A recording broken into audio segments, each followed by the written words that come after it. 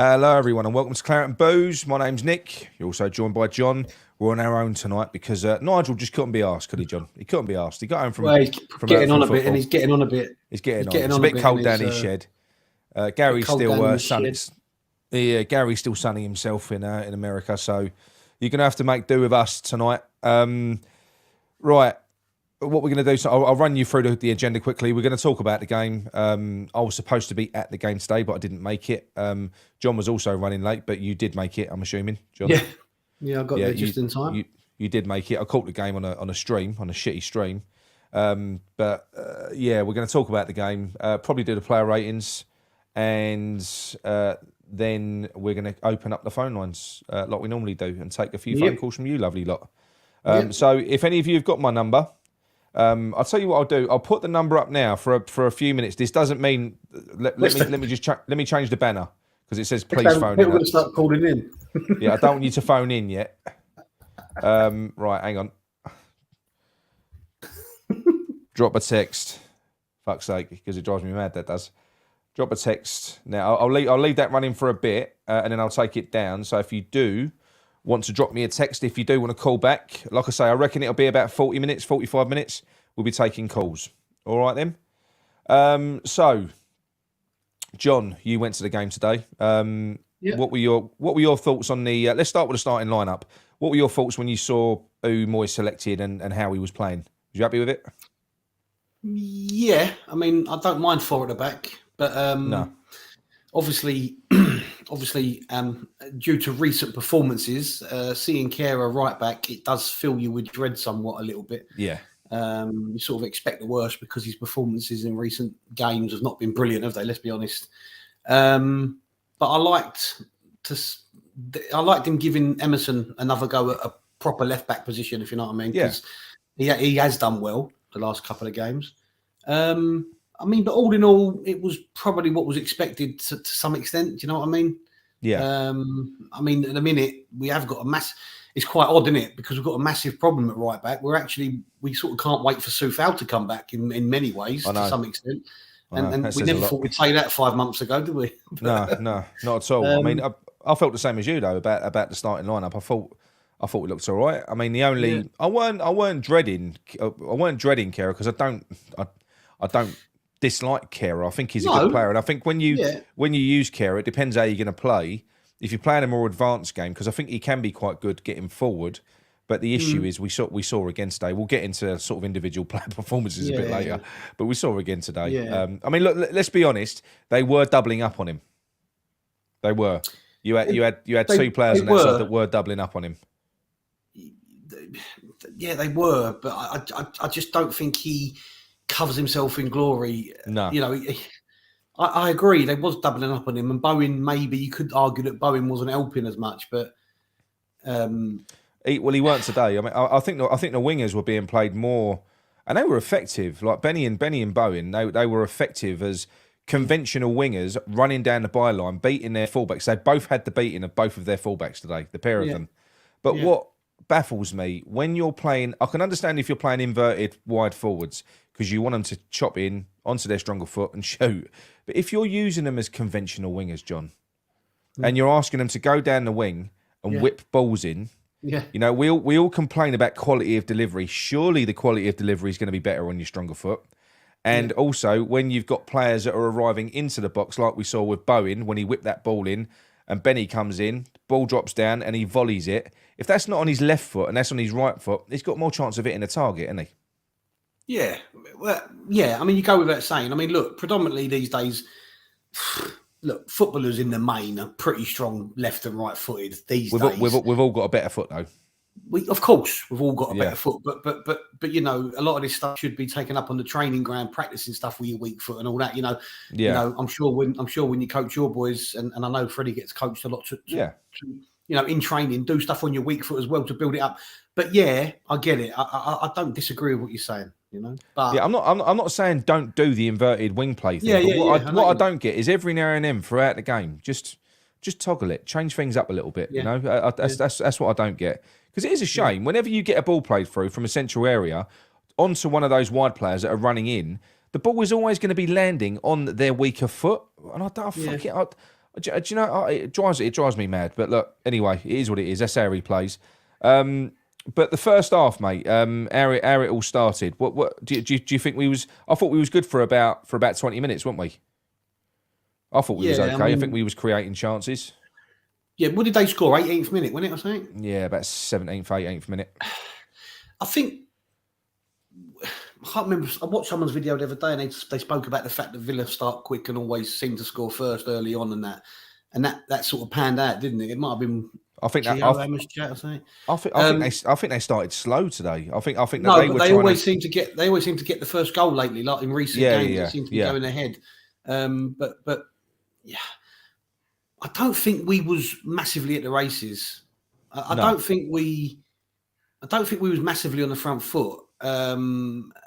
And them scoring, I think, propelled us to have to go on the front foot to some extent. Yeah. It did. And obviously, I mean, Benny, once he scored the penalty, I felt like his confidence rose a level. Yeah. Because before that, he wasn't fantastic, but obviously he put the penalty away brilliantly. And after that, I thought he was. We'll talk about it later again, but I thought he was one of our better players today, if not our best player. He was. It was out of him and Bowen, to be honest. Yeah, I mean, we looked a threat going, like you said just a minute ago. We did look a threat going forward all the time with those two on the ball. Yeah, but also in the same breath, I did sort of feel that, after we scored and that, I wasn't confident with us defending them. I felt like every time they went forward, they looked dangerous as well. Yeah, more so than us. But. They had some very good chances after Watkins scored that goal, which was probably their first good chance. Yeah. After they scored that goal, I think, like you said, our reaction was to maybe go after the game a bit more. Well, you got no choice, have you? No. But from that, Watkins could quite easily have had a hat-trick in the first half. He had two better chances than the one that he scored, to be quite honest. Yeah, well, I mean, talking about the goal that he scored, I mean, obviously I'm at the ground. You see it from a different perspective. Terrible from Aguirre, mate. Yeah, but I thought it was terrible from whoever was meant to be marking him anyway. Yeah. It was a great cross as well. But yeah, it was. I've watched it back on telly, and Kehra's method of trying to block the ball was almost like ridiculous. It was like street. He sort of put his. I don't know if you've seen it back, but he sort of put his. No. It was schoolboy defending from him. I'm not saying he would have blocked the cross or anything. Yeah. But he didn't sort of man up to it. He just sort of stuck a leg out at it. You know what I mean? It was like nothingness. It was half-hearted, is what you mean. It was half-hearted. That's the phrase I was looking for. But I felt that, I mean, when I've seen it back, obviously on the replay, you see it Aguirre totally lost his man. And that's not the first time in recent matches where he's lost his man from a corner, from a cross. He looked, I don't know what's happening with him either, really. No, I don't know, mate. I don't know. I mean, he looked amazing when he first came in, didn't he? And he's still an amazing player. He looks amazing when he first came in, but the thing, I sort of get the feeling now whether you could say it's Moyes stripping him of confidence and things like that, because I don't think he helps, does he? No, he doesn't help. But Aguirre's been one of his mainstays, and he's got he's got a pet name for him. So I don't think Aguirre's on his hit list, if you like.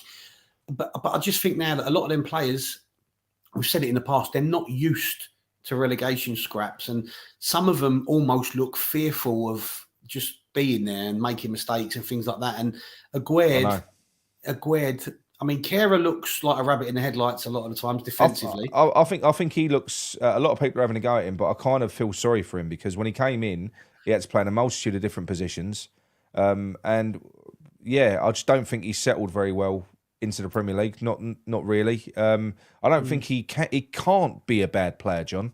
No. Not with his pedigree. He can't be as bad as he looks. No, but then the argument is, Nick, with all due respect, when he was at PSG, let's be honest, the French league isn't the strongest league, and he's playing with better players who maybe get him out of trouble somewhat. I don't know. I didn't watch enough of him at PSG to make that assumption, right? But it is an assumption. But I also think that he's an international player who defends for Germany. Germany are no mugs. They know how to defend. Yeah. He must know how to defend. I don't know whether it's just the Premier League's, we know the Premier League's fast-paced and intense. Maybe he's taking him a bit more time than we thought to get used to it. But also along the fact of Moyes and playing him in various positions, that's not going to help either. No. I'm talking about area, Yeah. Yeah, no, So, no, it's not going to help him at all. And sorry, mate, I'm just sorting out the discs for the player rating. I still haven't got an Emerson. Poor Emerson. I think Um, I think I think defensively it's funny, isn't it? Because we've gone from being quite sound defensively, and we was always saying, look, yeah, defending's not our problem. It's the lack of goals, right? yeah, And we're not shipping loads of goals late. Oh, we did against Brighton, obviously, but we just look. I don't know what's happened at the back. I feel that important we players at the back, like Aguerd, suddenly lost a bit of is something. it simply leadership that we're lacking, mate? I think it is. I think we people have spoken about the urgency for having Kurt Zuma back, and Kurt Zuma played all right today. I think he was fine, but he ain't a leader. We've said this before about him, haven't we? No, I don't think so. And But remember when Kera first come into the team, we was all blowing smoke up his arse in terms of saying how much he spoke. We could see him talking. He is lost. That's gone. Yes, he's lost that. I don't know. Look, what the reasons are, whether it be Moyes, loss of form, doesn't know his best position, out of the team. We'll never know, right? Unless you spoke to the geezer directly. But as an international, German international, whatever the case may be, he needs to get the ball by the horns now because, we need them all. We need all them. We need them all. And defensively, he should be doing better. He should be. He was poor today, and he was at fault for that goal. And like I say, he was getting pulled apart all over the place for the other chances they had later on in that second half as well. He doesn't recover very well from a mistake. He would have known that was his mistake. Yeah. And his game only really didn't improve after that. Like towards they was getting a lot of joy on that side after that happened. Yeah. But then going into the second half, just quickly, I think we came out. I think we had quite a lot of intent. I think in the second half. What I did like about today, and this is why, because I got a load of shit. I mean, look at the end of the day, I did that my review earlier on, and I weren't scathing. I weren't like angry. But my banner says Moyes out now. I'm Moyes out. But the fact of the matter is, you review a game based on what you've watched. I didn't think that was the worst game of football in the world, John, that we saw today. It was a better performance. A better performance, yes, that's what I meant. It was a better performance. However, I was never truly hopeful that we'd scored a winner. I never felt, as the game went on and on, whether it's just through what we've experienced this season or whatever, I never really felt we was going to win that game. No. And again, we'll get into it later, but with the changes or lack of and things like that, it just filled me with no confidence. And we know what we was crying out for. We was crying out for. They were there for the taking, right? They wasn't brilliant. They was good. The way they were playing, and the game plan, you could say his game plan was probably right, because what he'd done is he'd identified that they played a high line, and what we were trying to do was trying to play the through balls, the balls over the top into the channels, but the execution was fucking poor. Passing was piss poor, The passing was piss poor, and then when you get into them wide areas, delivery is often not great. Not helped by the fact that our forward players are all hamstrung, either by being inverted and always being on your weaker foot, or having one of two strikers that need to play with each other, not on their own.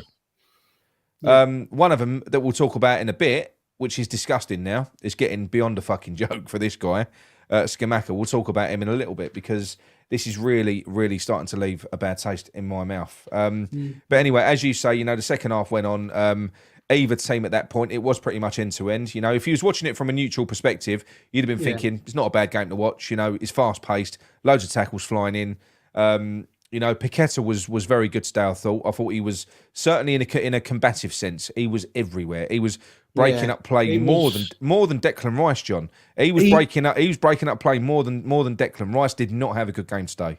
No, he didn't. Rice was one of his poorer games. I felt that Paqueta was putting a lot of effort in. He was diving around, breaking up play, like you said. However, he did get a yellow card. And I'm not condoning it, because we've argued, me and you have argued about this in the past, where I don't think a player should be taken off because they're on a yellow card. No. But I think that's probably why Moyes took him off, because he didn't deserve to come off. No, I think I don't agree with protecting a player. I think he took him off after that sort of mini little riot that we had. Do you know when it all kicked off in the box? Because that's what I mean. Temperatures were flaring. Yes. Obviously, Paquette is a passionate guy. And he blew it in the yellow. Maybe he did think, and he's an important player. The last thing that we need is to lose him. So that is one decision that I will say I'll probably back Moyes on. See, I disagree with that though, Nick, because at the end of the day, that's the one that I would, because I wouldn't want to lose Paquette for the next run of games.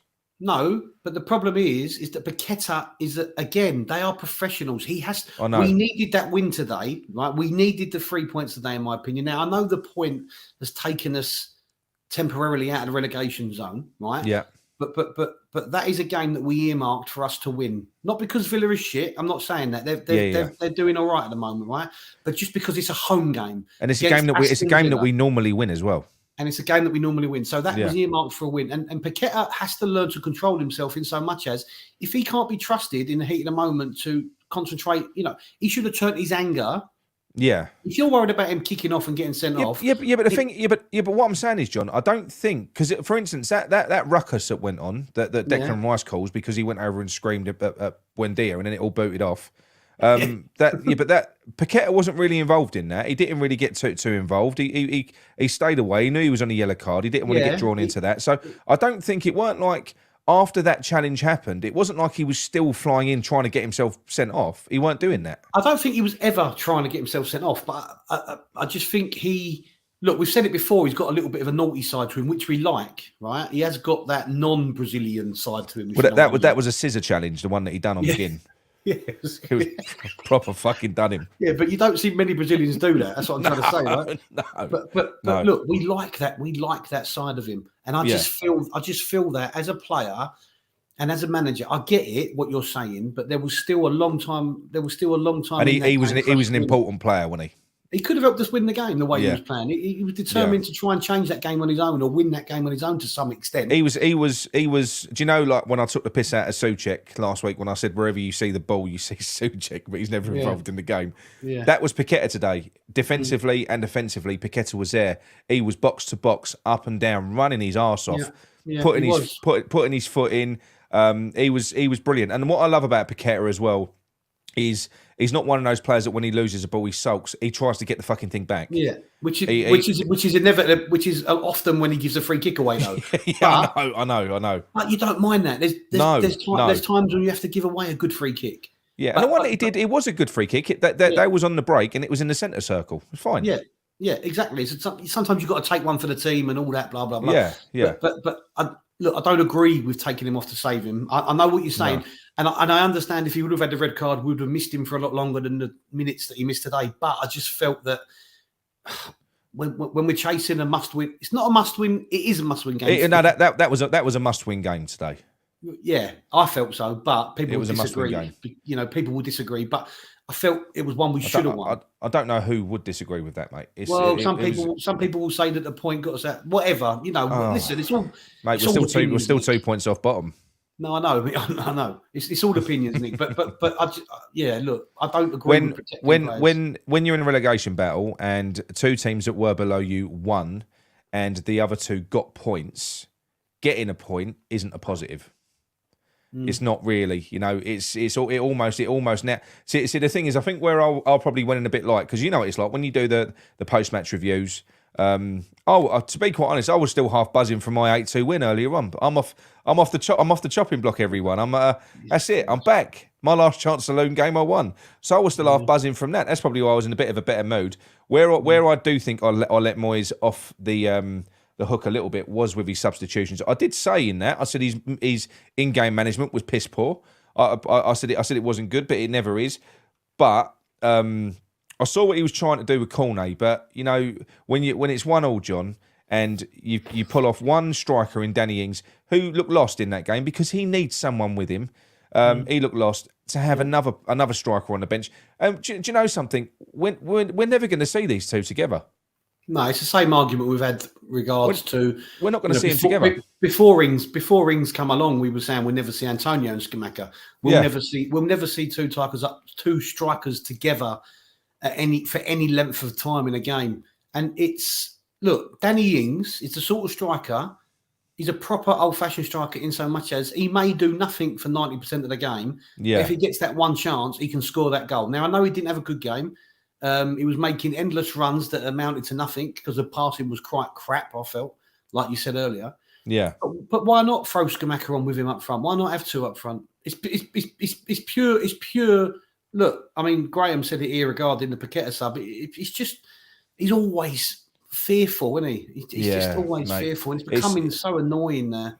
Well, I mean, the thing is, what that kind of proved to me, though, because when you look back at it, it wasn't a kitchen sink that we threw it. And the thing is, it was an opportunity missed because Aston Villa are a good team, but the way that they were set up and the way that they were playing, there were vulnerabilities there that we could attack and that we could exploit if we was a little bit more clinical. And he could have pushed on in the last 10, 15 minutes. It's clear what he did. He brought Cornet on to simulate Antonio because we was going to start going direct. So balls over the top, player in behind to run onto. But Cornet kept getting caught fucking offside anyway. And I mean, even that one where he did get through, John, did you see the silly step over he tried to do before striking the ball? I don't know what he did that for. I just find it odd how you've got Scamacca, who's a big brute, who again can score goals. Yeah, and you throw He's proved he can score goals. Well, you throw on. That's besides the point. You throw on Cornet, who's been missing in action for 5 months, who's fragile, who's got a disease that the geezer in France has only seen once before, or whatever he's got wrong with him. But you've thrown him on to score the goal or to get the goal that you need. Look, I couldn't get my head around that. I really couldn't get my head around that substitution. Not blaming Cornet because if the manager says come on, you come on. But yeah. I found it ridiculous. I really, really did. It was frustrating again. It's frustrating again. But after the European game as well, where he didn't get a minute, this is starting to. It's a running trend. David Moyes always seems to have. Yeah, he has to have. He has beef with someone. It seems like it was Ben Rama. Now it's Scamacca. Now he's picking on Scamacca, and I'm not being funny. If players are not training hard because he's come out before the game and he's thrown Scamacca on, basically justifying why he's not selecting him. He's saying we've got concerns about his data that we're getting back from training. He's not putting in enough effort. We only want to put players on the pitch to get us a result. Well, how's that working out for you, Dave? How's your how's that working out for you? At the end of the day, if you've got a player like Scamacca, this is Haller Mark II. We've got a very good player that is not being used in the right way, and we know how this ends. Scamacca is going to leave at the end of the summer. I think he'll probably leave with or without Moyes now. I think because this is a worry that you have when you've got a manager that's damaging a relationship with someone so bad. He's going to get so miserable and so upset, Scamacca, with life at West Ham. I think he's just going to want out. He's just going to want to move. Especially when you look at the situation where he's playing for a club that have allowed this manager that is failing to just stay there. He's playing for a club with no ambition. I don't think he's going to want to stick around, even if we do change a manager. I've got to be honest. And I do truly believe he could have been one of the best strikers that we've signed for a long time. I think he's better than Haller. I think he could have been better than Haller. And he will go. Wherever he goes, he's going to do well. It's the same as Haller did, and it's just a shame because it's just Moyes. He's one dimensional, and like I say, that is the only reason that Cornet got put on, John, because he saw Cornet as Antonio, a pace merchant, someone where we could just throw a ball into a channel and he can chase it. That's all it was, and it's but it is getting a bit boring now, though, John. Right. Oh, you're breaking up. John's got a dodgy connection. What? You went there, mate. Go on, what did you say? Hello, John. Earth to John.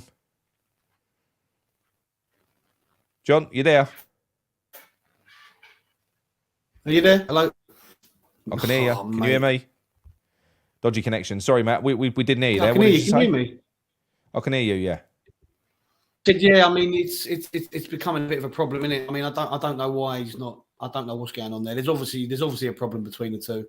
But there is always a problem though with Moyes and someone, though, isn't there? Yeah, there always does seem to be. It was Benny last year, wasn't it? Let's be honest. It was Haller before, maybe. Did you see? Anderson, Did you see Anderson that, as well. He's another one. What's the bloke's name? What's Scamacca's mate's name? Fratesi or something? Yes, yeah. Did you see the other day there was an article where apparently Scamacca had told Fratesi revealed that Scamacca had told him that the training in the Premier League was a far different pace. Like he was basically complaining. Apparently, Fratesi said that Scamacca complained that the training at West Ham was far too intense, apparently, and that's Fratesi revealed this to like an Italian newspaper, and he said that Scamacca was saying that like in Italy they'll do a little bit of training, then they'll break for a drink, then they'll do a little bit of training. He said, but the Premier League training is very, very intense. So it would, if you listen to that, maybe that's where the problems come from. Maybe Moyes is like listening to that or seeing that Scamacca maybe for whatever reason can't handle the intensity of the training. Well, now, I'm not saying that's true. I think it depends on the club because I watched a program on this, and it does depend on the manager that you have. It's like at Man City. Apparently, it's intensive, but everything they do, John, is with the ball. It's all ball work. Everything's ball work. David Moyes and managers like that, they do a lot of it's a lot of running. Yeah, there's a lot of running. That's not going to be for everyone, is it? It's not going to be for everyone, and it should be ball work, shouldn't it? You play football with the fucking ball, you know. It should be ball work, but what I'm saying is to you is that might be where the relationship is failing, is the whole training issue. Now, I'm not saying it's not a case of Scamacca can't handle it, but if that article, because that article come out 2 or 3 days ago. Yes. If Moyes has seen that and or noticed Scamacca's efforts in training or lack of efforts as he might see it, this is where the problem I think has arisen from. I think Moyes probably sees him as maybe unprofessional in his eyes. I'm not saying I agree with it. I'm just saying this is what Moyes is looking at. You know, someone's put here, look, what's this one? My dog likes running. I hope Moyes signed him. Salary of 5,000 a week is enough. but then you got other difference of opinions here. Look, Lewis says if Scamacca can't handle the intensity of the training, then why would you wait for the perfect striker for 3 years? Decide on this bloke and then decide he isn't for you.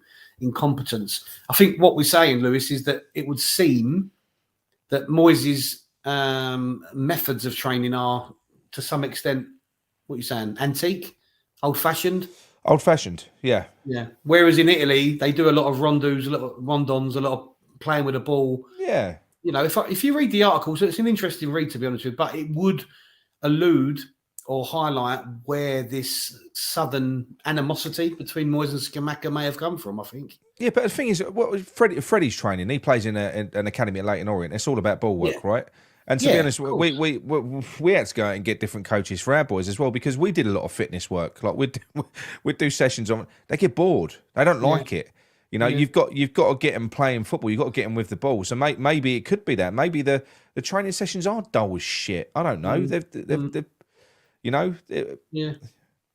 I think training should be with the ball personally, but it is what it is. You know, it should be. You got to keep it interesting. You've got to keep players infused. I know they're not children. I know they're not children. These blokes are in their 20s and 30s. I know they're not children.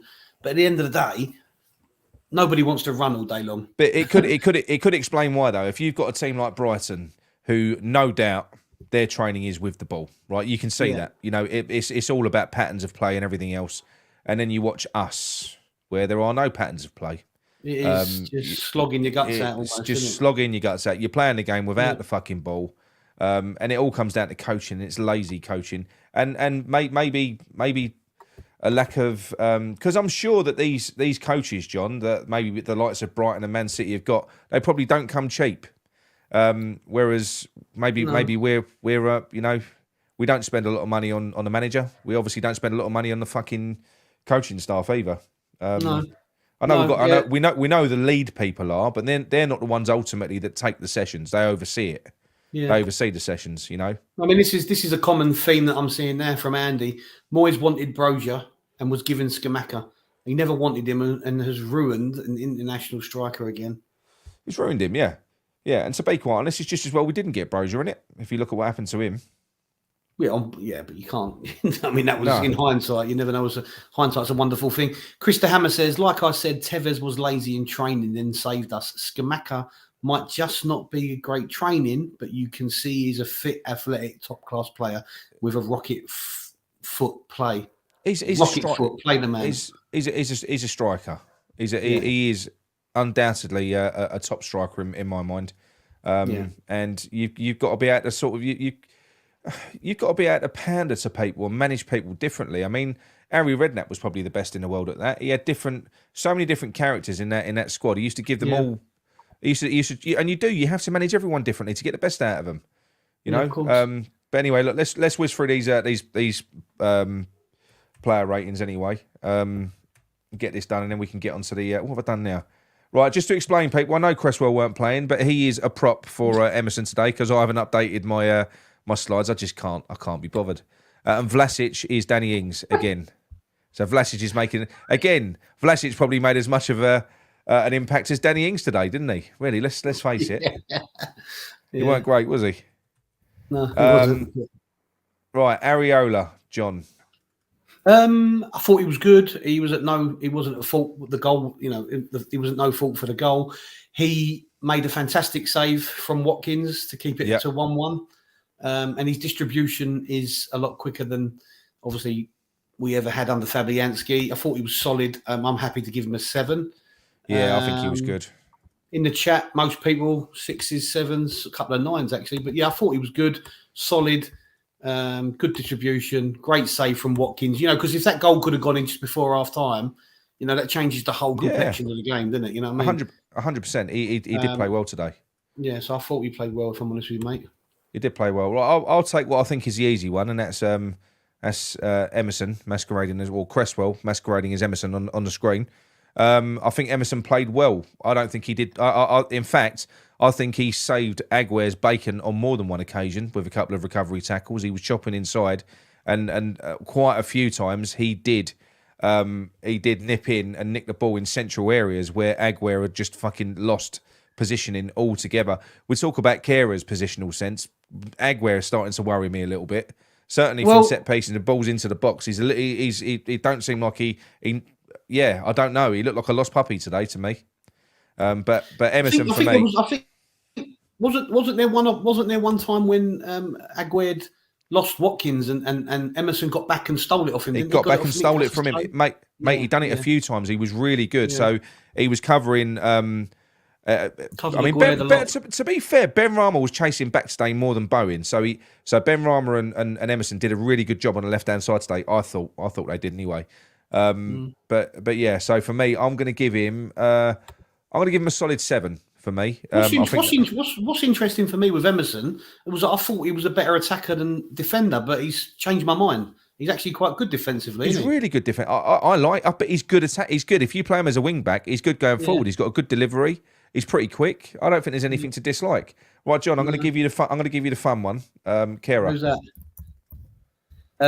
Yeah. Look, he's another one. And he looked German international. He did get better in the second half. To be fair to him, he did get better in the second half. But the problem with him is that he often makes such a bad mistake or has such a bad performance before he changes. You sort of forget you can forget his improvements because he was that bad for me. And I do agree with you though. I do think he was being doubled up on to some extent, but he was. They was targeting him.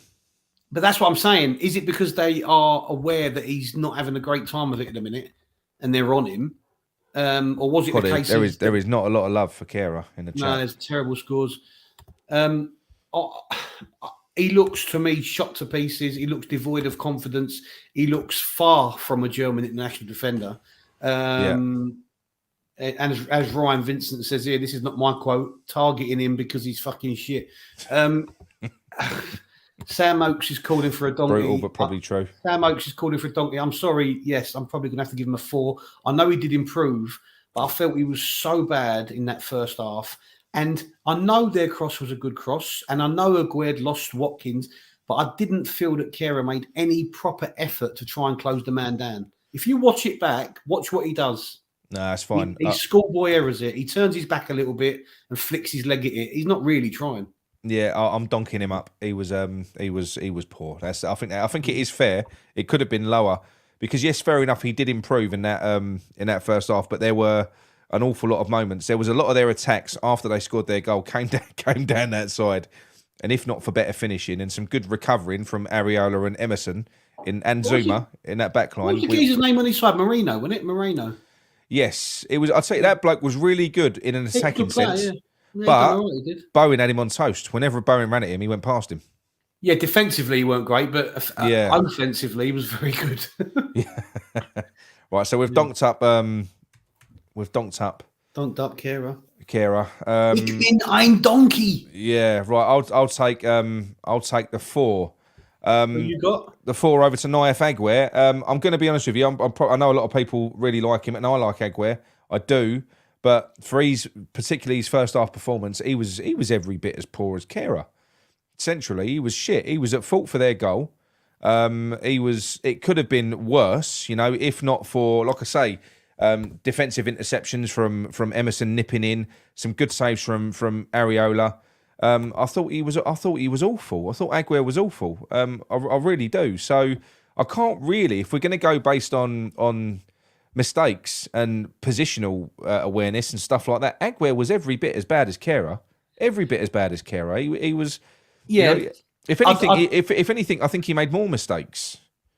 Kera was getting drawn out of position because it just strikes me he doesn't really. I don't know. He almost comes across, and I can't believe it, but he comes across like he's got a lack of football intelligence sometimes, Kera. He gets drawn out of position too easily. You're talking about Kera or Aguirre? No, I'm talking about Kera, but then Aguirre, I don't get it because he looked so good when he came in, but now he just seems rattled. I'm going for a 4 for Aguirre. I weren't pleased with him at all, so I'm donking him up. I am. Dan Gray's called him a pound land Igor Stimac. Yeah, Aguirre's getting donked up. Sorry, mate. Donkey him up. Right, so John, over to Kurt Zuma, probably one of the better of the back line. Yeah, I mean, it's his first start for a while, isn't it? And he didn't disappoint. I thought he was strong defensively. He played a couple of good long balls as well. I think he was as good as Emerson in the back 4. Yeah.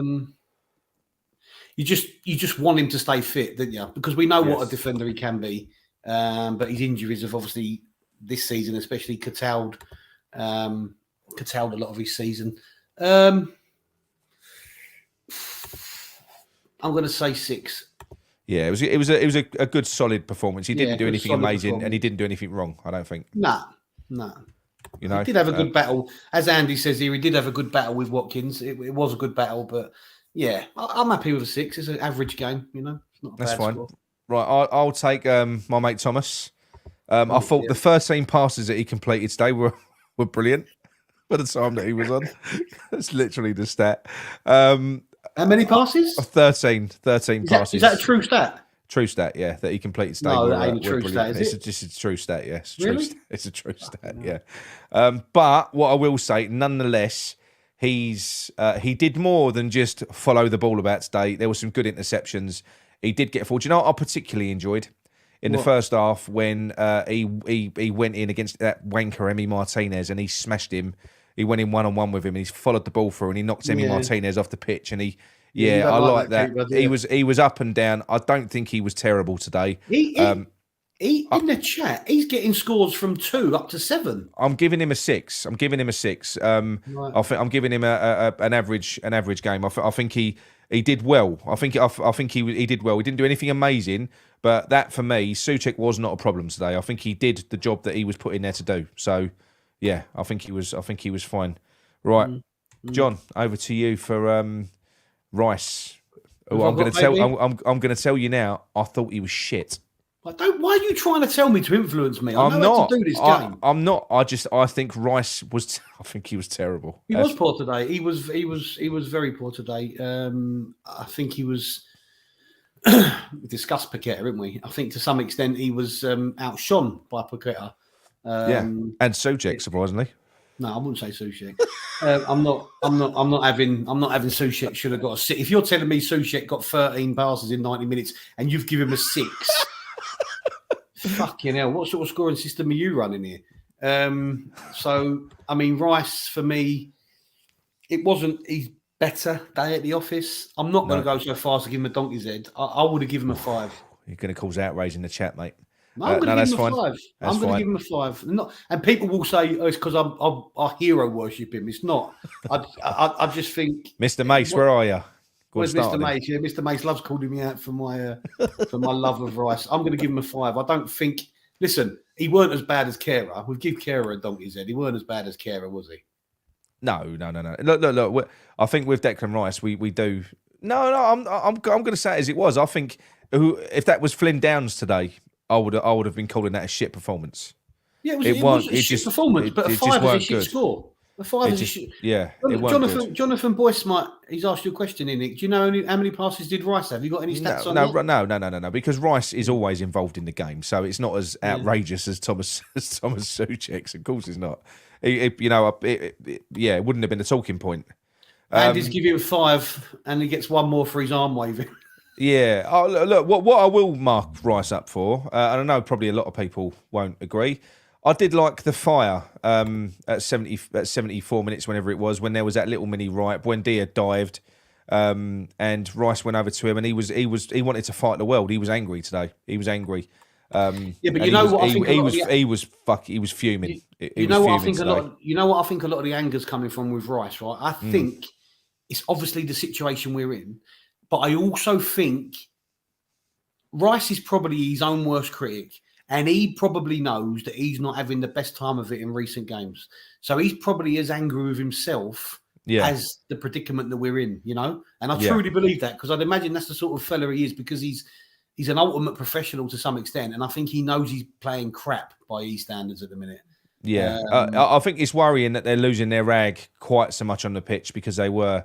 I think it does smack when you double that up with Paqueta, who we're going to talk about in a minute, the way he stormed down the tunnel.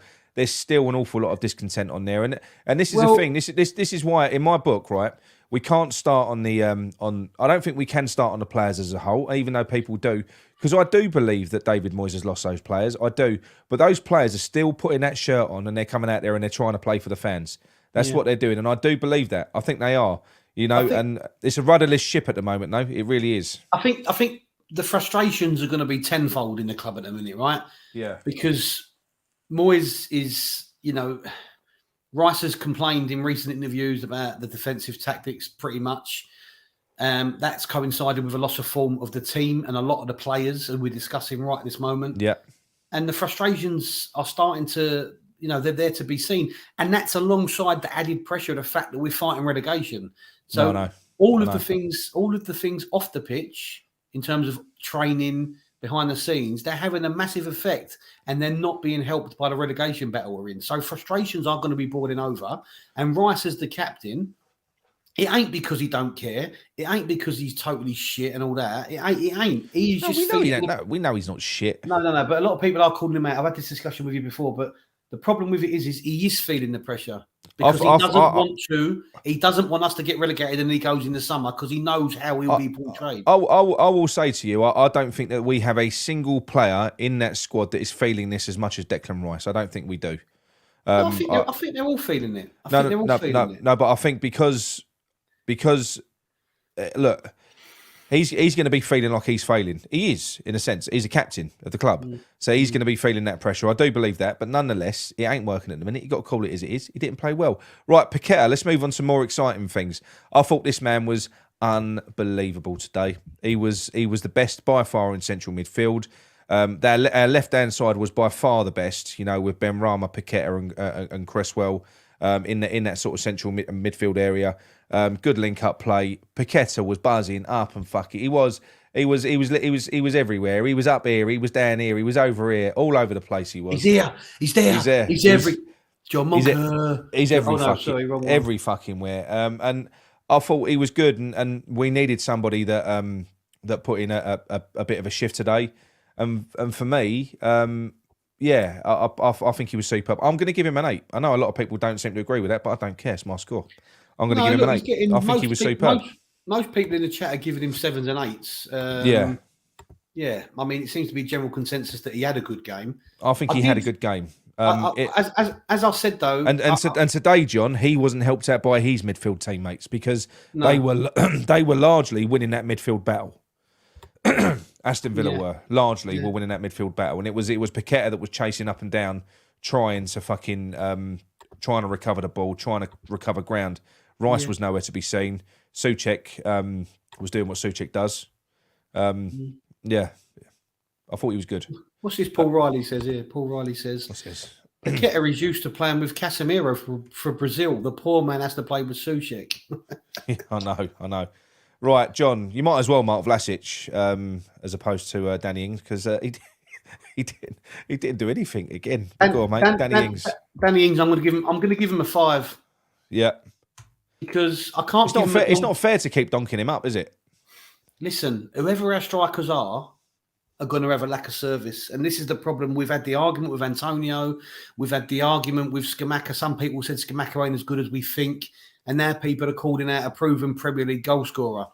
The fact is, they're not going. If they look, we saw against Forest. A lot of people, John, that were saying that Antonio was the problem, and we got to have a proper striker up there. Well, they forget that this is a David Moyes system. This isn't any normal way of playing. Is it? There's a reason that Antonio gets put in there. Look, I'm not going to donk. I've never donkeyed up Antonio because I've always felt that Antonio gets a raw deal, and I think I do agree with you begrudgingly that the lack of service would make any striker predominantly look shit. And the problem is I know I've got to. It's difficult for me, mate. I might go with the chat because I'm on a 5. I don't want to donkey him up though because I feel like it wasn't his fault. But he did literally nothing. No, I know, but he had nothing to feed off, Nick. You know, he had nothing to feed off. What was he getting? What was he getting though? No, I know, but I'm going 5. I'm sticking to my guns. If anyone in the chat wants to have a go at me, you just give me a call, yeah? We'll have a row about it. Don't worry. I'll give you an easier one. Go on, Bowen. No, you do Bowen. Go on. Go on, you do Bowen. Oh, no, because you want to do Benny, didn't you? Go on. You go with the Bowen. Go on, you do Benny. Go on. No, I'm joking. I'll do Bowen. I'm joking. I'm joking. Go on, Bowen was good. He was very effective. He looked, as you said, he had that Moreno on toast every time he took him on. There was one, because I watched it at the game. Yeah. There was one thing where I felt he was a bit selfish when he could have played someone in the second half. Do you know what I'm talking about? Yeah. And he tried to do too much, and the easy pass was on. I think he done a great cross early on where Benny had that volley, like you said, and he had plenty of pace down the right. I'd say 7 for Bowen for me. That is fine. What's he getting in the chat? 7s and 8s. Lots of sorry, people. It's very difficult to keep up with all these messages. I will try. Yeah, 7s and 8s. I'll give him a 7, but you can have Benny. Go on. I thought Benny was amazing today. He was. I think he was the main outlet. I think they had a good balance. You had Bowen's direct running, and you had Ben Rama with his trick, and his trickery was working today, and it was. And I know a lot of people are going to say, "Oh, he fluffed too many chances in front." I go, "Oh, for the chances he fluffed, fucking fall on his weaker foot." After the passes that he did make a couple of.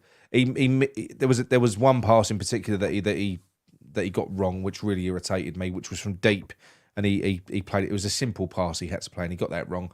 But on the whole, he was the shining light for me. He's exciting. That one where the ball came over the top, John, and he took it, he received it with the outside of his boot, controlled it on the half volley, and then he forced a save. It weren't going in anyway. It was the keeper didn't need to save it, but he's exciting, and he was chasing back. He works well with Emerson. He links up well with Paqueta as well. And I thought he was solid. So I'm going to give him probably an 8 on that side. I think that left hand side was good today. I think him and Paqueta are striking up quite a little good understanding. They are. I think what was the game? What was the game when they first sort of played together? And I thought these two looked like they're starting to gel. Also, in his last 5 games, he's had 2 goals and 3 assists. So, I know. But there's some people. There are some people that are never going to give him any credit because they think, Well, like I said to you, look, some players, whenever they miss a chance, it gets polarised. For instance, The Man United Antonio. chance, the Man United chance that Antonio missed, was that any worse than the chance that Paqueta missed when he was put through 1-on-1 in Europe? No.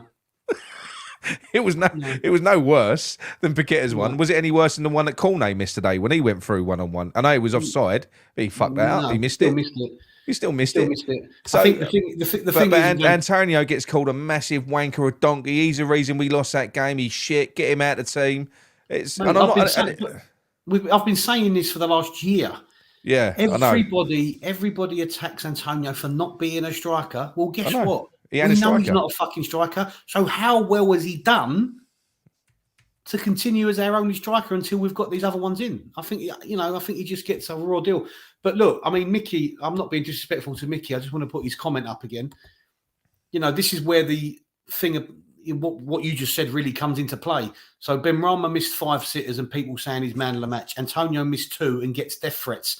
I agree with you, Mickey. Antonio gets a raw deal. I totally agree with you. However, we can't then let others, the way they treat certain players, take the way we rate players for their game. I wouldn't say Benny missed 5 sitters. He did have a chance, fell on his weaker foot. My argument is professionals still should put him away. But, look, he was confident again. But let's be clear. If Said Benrahma scored every fucking shot that he took, it'd be worth about 100 million. He would, but he wouldn't be at West Ham. He wouldn't be at West Ham. There's a reason he's at West Ham. He's not perfect. What players are at West Ham? Pablo Fornells. I'll take Pebs. I thought he came on, was played in a more advanced position. It seemed to be. He came on straight away. His first opportunity, there was a ball dinked over the top. Didn't take it well. It would have put him through on goal. So he miscontrolled it. It just went under his foot. That was poor.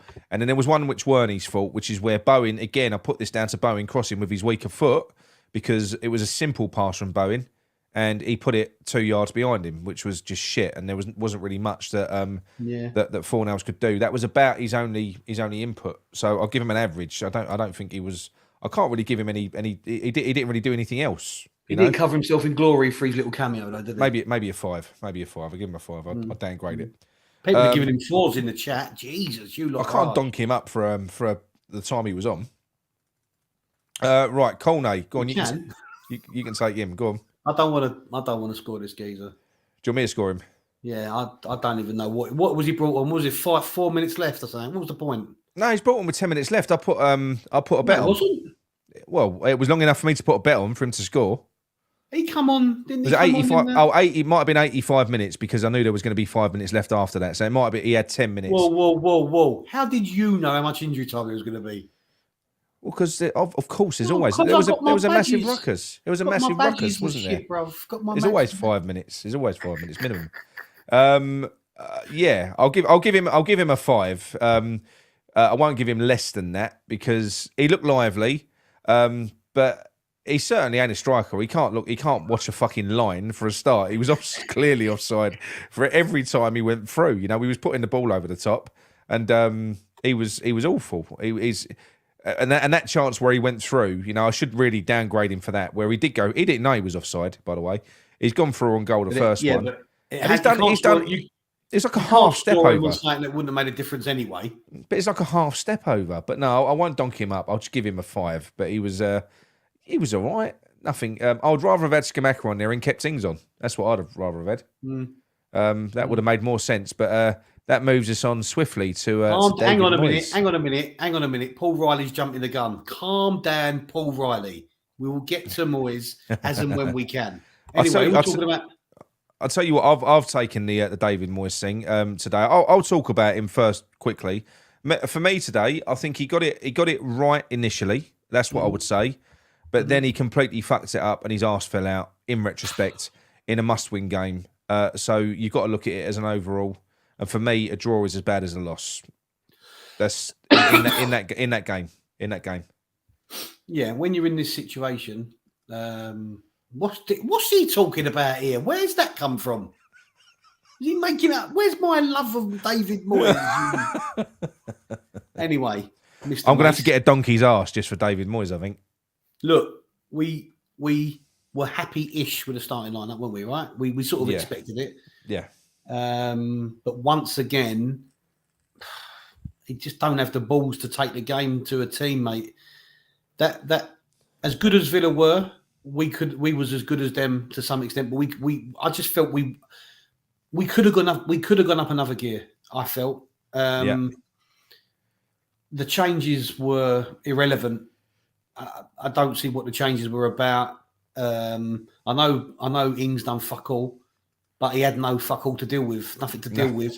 If you're chasing goals, you need players on the pitch who can score you goals, right? You need players on the pitch who can score you goals. So what he was doing, taking off Ings and bringing on Cornet, I have no fucking idea. No idea. Look, I've defended him before, but I think he's become. You ain't defended him for a while. No, I haven't defended him since Palace, right? No. And I'll call him out as and when.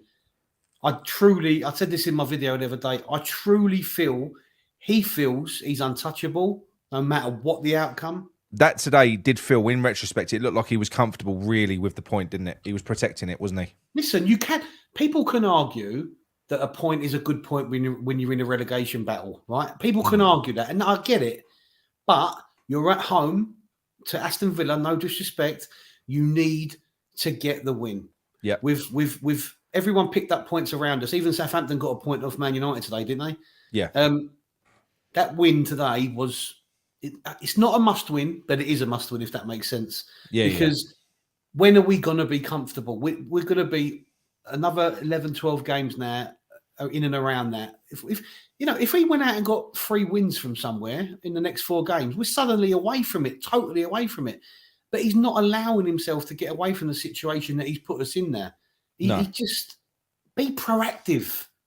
What is there to lose? You're having a laugh, aren't you? What is there to lose? A point is nothing, really. I know. It is. I sound stupid saying a point is nothing, but no. In our situation now, at this point, that would in that game, John, as you said, that's a game that would have been identified as a game that we had to win. Mm. And Moyes would have identified that because we know that David Moyes, because of the way that he is, he doesn't go out to win every game. We saw that against Brighton, right? So I'm now convinced that David Moyes has a relegation escape plan where he's highlighted certain games on a chart and he's gone, Brighton ain't going to win there. Don't worry about that. Scratch that off. And he's going to go boom, boom, boom. That game today, I reckon that was one that he felt he had to win. Mm. I think it was. And he got it wrong. He got it wrong. I think Belondi Olsen has realised that we are experts. He's telling everyone to be quiet because we are experts. Cheers, mate. Thank you very much. Nick's got badges, and I'm. Yeah, I have. I've got. I don't know what badges. You got a badge. You've got your cabbie badge, haven't you? Yeah, I've got my cabbie badge, and I've got my Boy Scouts badges. Yeah. Mr. Macy's back. Donkey Head is too kind for Moyes. Put a Jimmy. Get him off. Ban this geezer. Ban him. You can't talk about Jimmy Savile on this chat. It's a family show, Mr. Mace. It's a family show. Yeah, just sent you a little WhatsApp, John, to cheer you up. Have a little look. What is it now? Why are you sending me WhatsApp when we're talking to each other on here? But give us a score. So while you're checking your phone, give us a little score. For who? For Moyes. Well, as you said, he picked the right team to some extent, but in-game management, as you call it, was crap again. Yep. 2 subs. One was with 4 minutes left. They made subs before us. Do you know what? I can't remember. Someone sent me, it might have been one of the, when they interviewed the fans after the game. Someone said it, I didn't realise it. They went 5 at the back, didn't they? At one point? Yeah, they changed mid-game. They took Watkins off. No, but at one point they took off Watkins and brought on Chambers. Yeah, but they changed shape a few times. They changed shape from first half to second half, and then they made a change midway through the second half. I can't stand listening to Emery because of the way that he talks. He sounds like Inspector Clouseau, doesn't he? But but he's really animated on the sidelines. He's so passionate, the guy. Yeah, really, really good.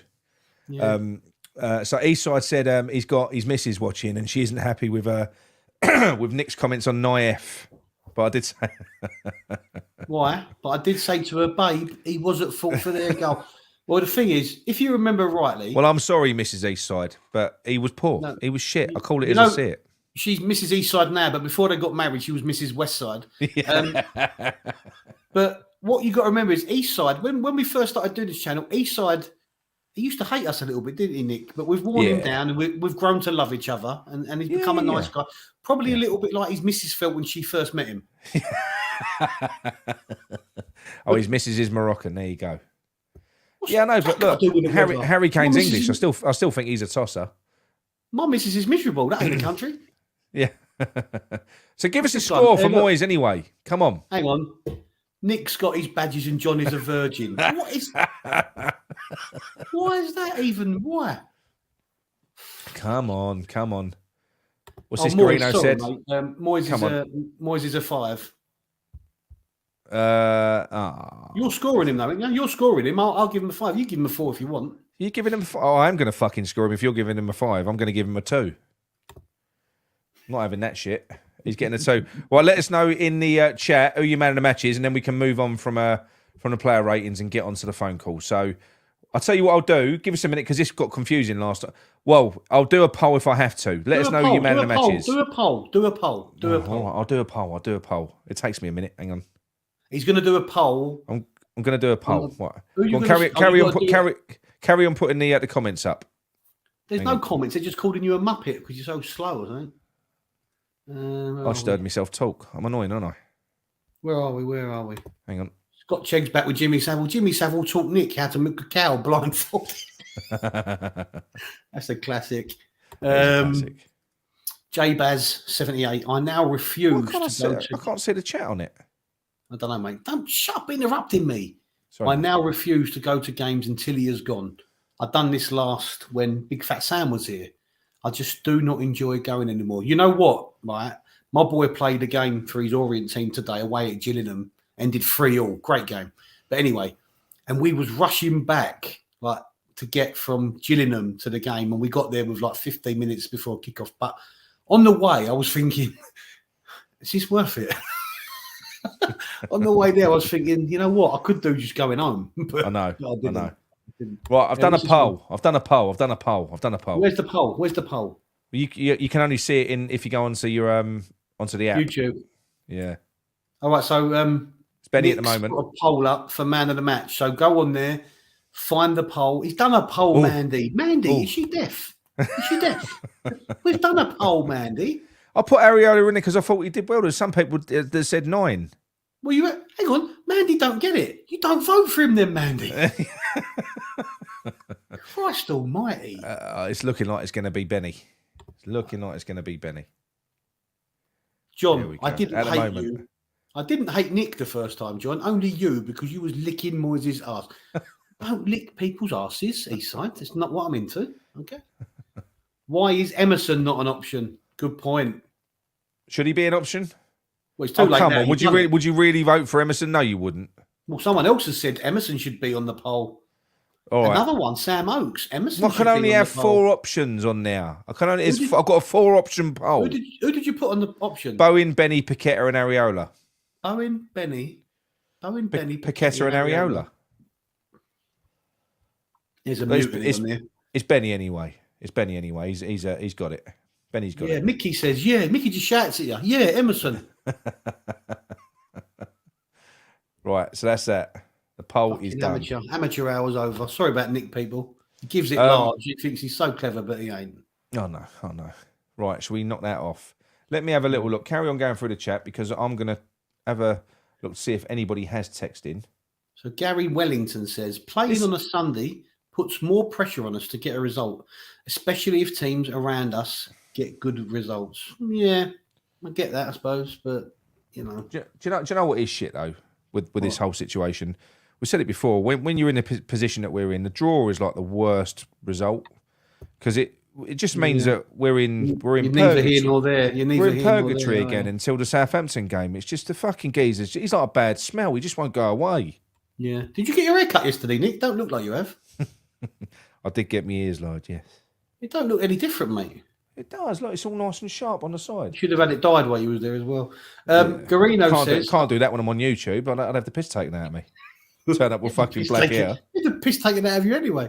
Garino says, I was happy that Paqueta got annoyed when he got subbed. Finally, we got some passion from someone who was on the pitch.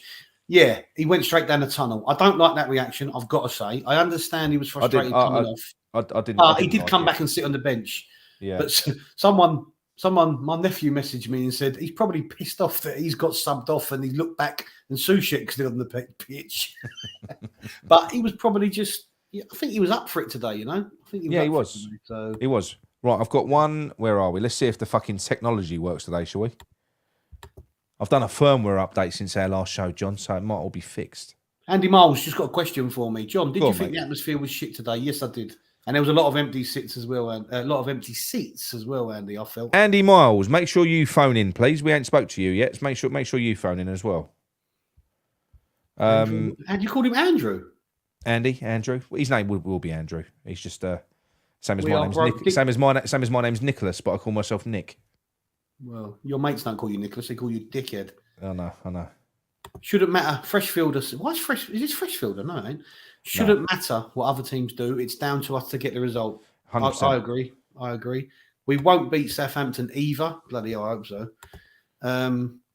Andy Wall says this is the first game of the season we scored in the first 30 minutes. Is that a true stat? It sounds like it could be. Thinking back, we ain't scored many. No. Right, let's phone up Scott anyway. This is Scott. I don't know where from. Scott who? I don't know, but he said he wants a call. Where's he from? Here we go. I don't know. It's Scott Chegg. Is it Scott Chegg? Scott Chegg. Might be. Scotch egg. I've just got it. Oh yes, have I? Scotch. He's done. Yeah, it's like bend over. It's like bend over, isn't it? No, this guy's just I screaming. reckon Scotch egg is bend over. Because do you remember we had who was the other one? We had because he changed his name all the fucking time, didn't we? We had Nick, it's very annoying. The person's not answering. Just what are you doing? All right. I'll tell you. I'm gonna. I know. I saved the day. I'm gonna phone Gowie. Gary Wellerton says, I was at the match today and it was the worst atmosphere I experienced. Mate, it's only going to get worse. It's difficult, isn't it? Because how can you raise your... We do need to get behind the team. I do agree with that. But it's very hard to motivate yourself. You know, what's this one? Uncle M says, 9 completed passes in 90 minutes for a player playing in the 10. Fucking ridiculous, isn't Yeah. Yeah. Hello, is that Gary from Rumford? Hello, Nick. How are you? I'm very well, mate. How are you? Oh, here he is. I'm okay. Right, Right, Gary, before you get started, mate, it's just me and John that you're talking to on screen. I've got a bone to pick with you, though. Oh, hello. Because you aren't the all-seeing eye. You kind of, you told me we was going to beat Palace because we've beat Palace all these many times before. So you said we was going to win today. You mean Villa? Villa. Not Palace, Villa. Yeah. You told us we was going to beat Villa because we always beat Villa. So what went wrong with your prediction, Gary? Wow. Well, because basically, yeah. Well, law of averages, I suppose, you're going to slip up. Bit disappointed today. Where to start, really. What did you make of the game, Nick? Because I mean, I thought we were the better team overall. I thought I think the second half. Emery, he's a Villa manager. When his substitutions coming on, they were fairly defensive. I thought. I think he was settling for the point. Yeah, but Villa don't. Villa, I think they knew we was going to come at the game. They had a point away from home. They're on 34 points. Yeah. They're safe. I think that they would have been happy with the point, but they were still dangerous on the counter attack. I think they were the better team. I think they were. I think overall, not by much, but I would say they were the better team. I think they were better managed. I think. Yeah, I wouldn't. Not agree with that. I wouldn't go saying because Gary, don't forget they should probably Watkins probably should have had a hat trick in the first half. Yeah, but you can always say problems. We had a fair few chances as well. I know, but not as clear cut as those. Maybe not as clear cut. Ben Rama on a volley, on the left foot volley, from a ball floated over from 30 yards. It's not an easy chance. No, I think the thing is. One thing, a couple of points. The first thing is Antonio. Now, today our best two players were, I think, Bowen and Ben Rama. I don't necessarily agree with the Paqueta thing. With you. I watch Paqueta a lot. I really watch him closely. But he does a nice little flicks, but a lot of his passes go astray. I know you like him, Nick. But I mean, how many goals did he actually create? He doesn't seem to do it hurt teams enough for me. He seems to be all his work gets done a bit too deep. Ben Rama. Paqueta. Paqueta. But that's not really his game, though. Well, maybe I suppose you're talking about him as if he's a number 10, which is what he was bought in for, but is not ever what he was. Well, this is the trouble we've got. He's a box-to-box player. Yeah, this is the trouble. I think maybe I'm trying to think of when I remember Pyatt, how he used to play, and he ain't Pyatt. He's a different player. Yeah, I know he's not. I know he's not. But then we're lacking there in that. I think the expectations with Paqueta are that he's going to be this Brazilian magic man, and I think he's actually he's. Who's telling me to stop fucking swearing? Hang on. Yeah, you've been told off for swearing because kids watching. They should be in bed. It's 10 o'clock and it's Sunday night. It's a school night. Put them in bed. Right, go on. I think with Paqueta, I don't know if it's because of Moyes or the position we're in, but what Paqueta gives us is not what I expected. I agree with you. What I mean by that is he does the stuff that I didn't think he would do, if you know what I mean. No. In regards to his flicks and tricks, I sort of agree with Gary to some extent, and I know Nick likes it, and we love it when it comes off. But in this predicament, we need to keep the ball as much as we can, and be a bit more economical with the ball. The flicks and tricks are great when you're flying, but we're not flying. And I do agree with you, Gary, to some extent. I think he needs to just play it simple sometimes, but it does look good when it comes off. When it don't come off, it looks terrible. Yeah, that's right. The thing is, John, I think maybe the answer is not playing Paqueta, Rice and Souček, all three of them, because if you left Souček out the side and you had Paqueta sitting alongside Rice, then you could have a natural number 10 in there, like maybe a Fornals in there, or could Benny come inside and maybe when Cornet or Antonio fit, put them on the left-hand side, I think that's where we're going wrong a little bit. There's not enough creativity in the middle of the park for me. I think today you realise... Go on.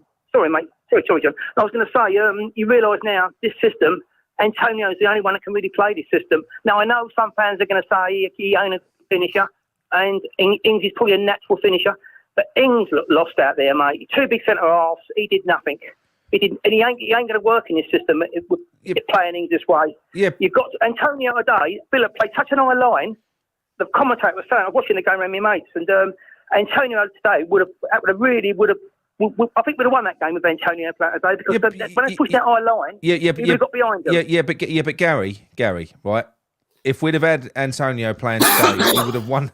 Does this not expose David Moyes tactically? Because he still played as if he had Antonio using Ings as a prop to play in the Antonio way. He only has one way to play. He only has one way to play. Nick, the most damning thing, and I think you all agree, all be agreement here, with 10 minutes to go, we need a win. It's a must-win game, and we end up with Ings coming off. Yeah. Scamacca not even getting on the pitch and playing Cornet through the middle. Oh, we end up with no striker on the pitch. Yeah, it was a joke. John, that was unforgivable, John. It was a joke. But what I will say, Gary, about what you said there about if we'd have had Antonio playing today, we would have won the game. There was a reason that Aston Villa were playing such a high line. Obviously realised they know Danny Ings very well. They knew what they had to cope with. There's a reason they were playing a high line. If we'd have had Antonio, Benny, and Bowen, that line would not have been quite so high. It wouldn't have been. Yeah. You're talking about a manager who analyses things tactically and he will adapt things to suit. I just feel Antonio, like when he plays, he makes the system work better. He off the ball, he knocks defenders about, he runs behind. I know he's not the best finisher in the world. I'm not going to stand here and argue that point. There'd be no point. But when he ain't there, you do miss him sometimes. I agree with you, and you've heard us defend Antonio tonight. But Antonio's played a lot this year, and how many games have we won? Yeah, but the thing is also, I think with Moyes, what's really annoying with Moyes is if he's had a fallout to Scamacca, that's one thing. But not putting his arguments to one side. He's got to be playing the bloke. He's got to be coming on. It's getting ridiculous. We've got Antonio injured, and we've got Ings. Trouble with Ings, if he's not scoring, he's doing nothing. He contributes nothing to the game. Yeah, but Gal, that's what a striker is. That's what he is. He will be. Let's be honest. Against Forest, he got two goals. What did Watkins do before he scored that goal? Well, nothing. That's right. I know what you're saying. But what I'm saying is, Gal, is the mark of a good striker is that he will get a chance and put it away. He doesn't have to do much else. But the problem is, you're right. In this system, he's having to do something completely alien to him to some extent.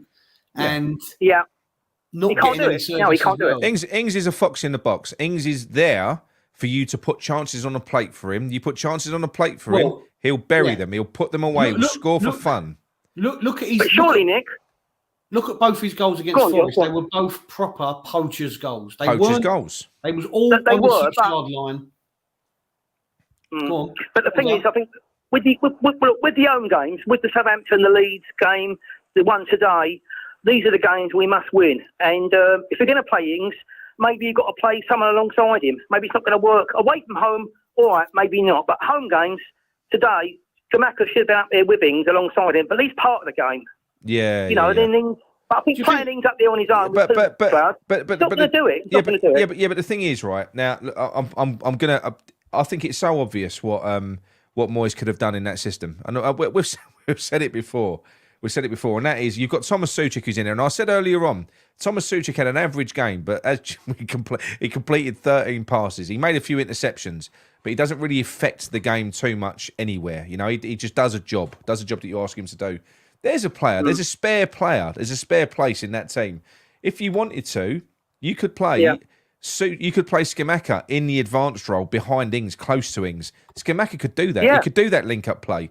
He could do all of that. So there are so many things that he could do, but we're still suffering because David Moyes has to have trusted people in the team. He has to have people that... And did you... the screenshot, it's on the thumbnail today.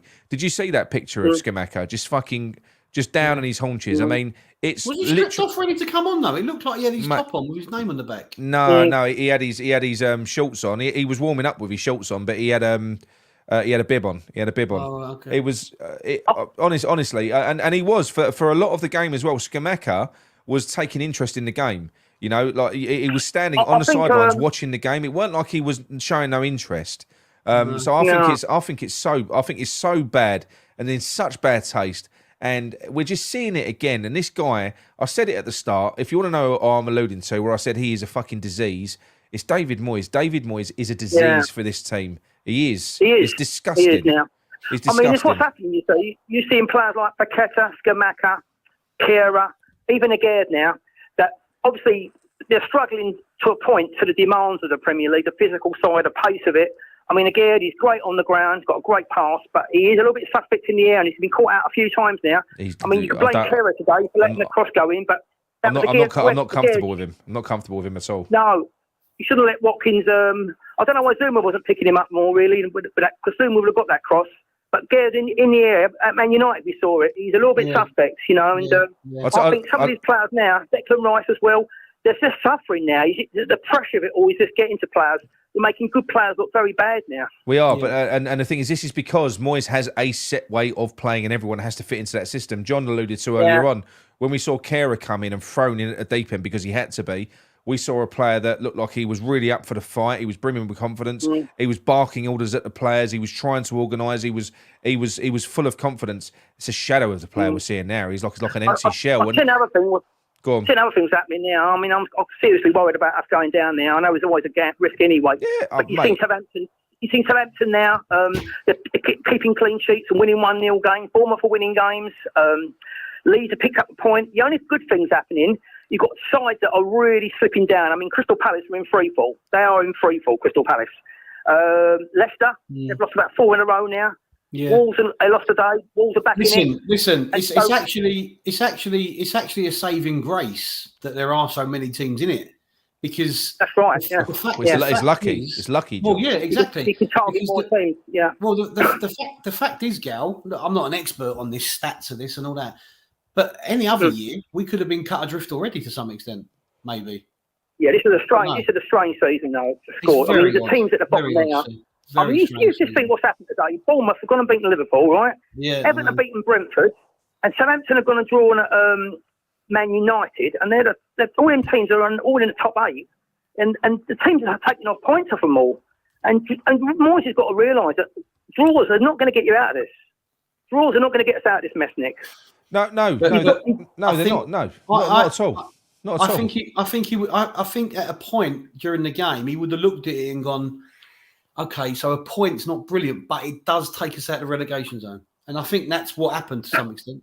Because I don't believe that's all that matters with him, because I think what Nigel said the other day, I think that means an awful lot. I think if we'd have been spending, even though there's only a point or two in it, if we'd have been spending 2 or 3 weeks in the relegation zone, even just inside, it'd have probably gone. But Sullivan's such a simple man that he thinks if we're outside of it, I think he's not as. It looks better on paper. Doesn't it looks better on paper, yeah. Yeah. Well, I'll tell you what, we could be back in the bottom 3, because if I'm not mistaken, there's a couple of midweek games. I think Palace are playing Brighton. We'll be back in there, mate. I think Southampton are playing as well. We'll be back in there, because we're not playing next weekend, but other teams are. No.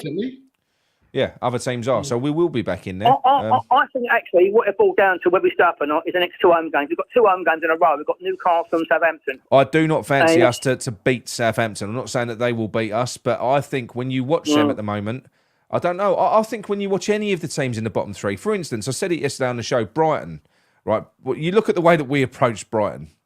No, it was ridiculous. You know, it was 69 passes in the first half or whatever it was.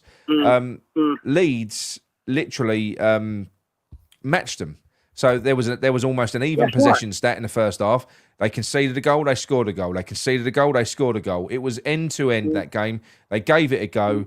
That's what they fucking did, and that's how they approached Brighton. They didn't do what we did. They didn't go, oh, do you know what? We're probably not going to beat Brighton. Let's just write that one off. And it's as simple as that. David Moyes proved during that game he had written it off before we even played it. Well, that's the trouble as well. These other teams are all fighting and pulling together. Yeah. They're all like, they're all picking up points. Bournemouth, Southampton, everyone have written off are suddenly winning games. They're winning a few games now, and is it an easy fix, though, do you think? I mean, not being funny, if, say, Moyes did go tomorrow, out of argument's sake, not at this stage. No, it's not. Not at this stage. It's not an easy fix. I think if Moyes...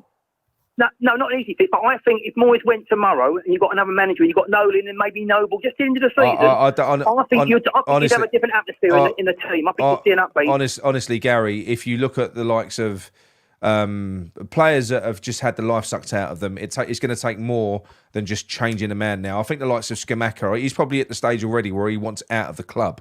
I think that there is serious fucking problems there. We're not going to go out and get but we're not going to go out there and get the massive manager that we all want. We're not going to go out there and get a Pochettino. If we get someone, it's going to be a firefighter or someone from within.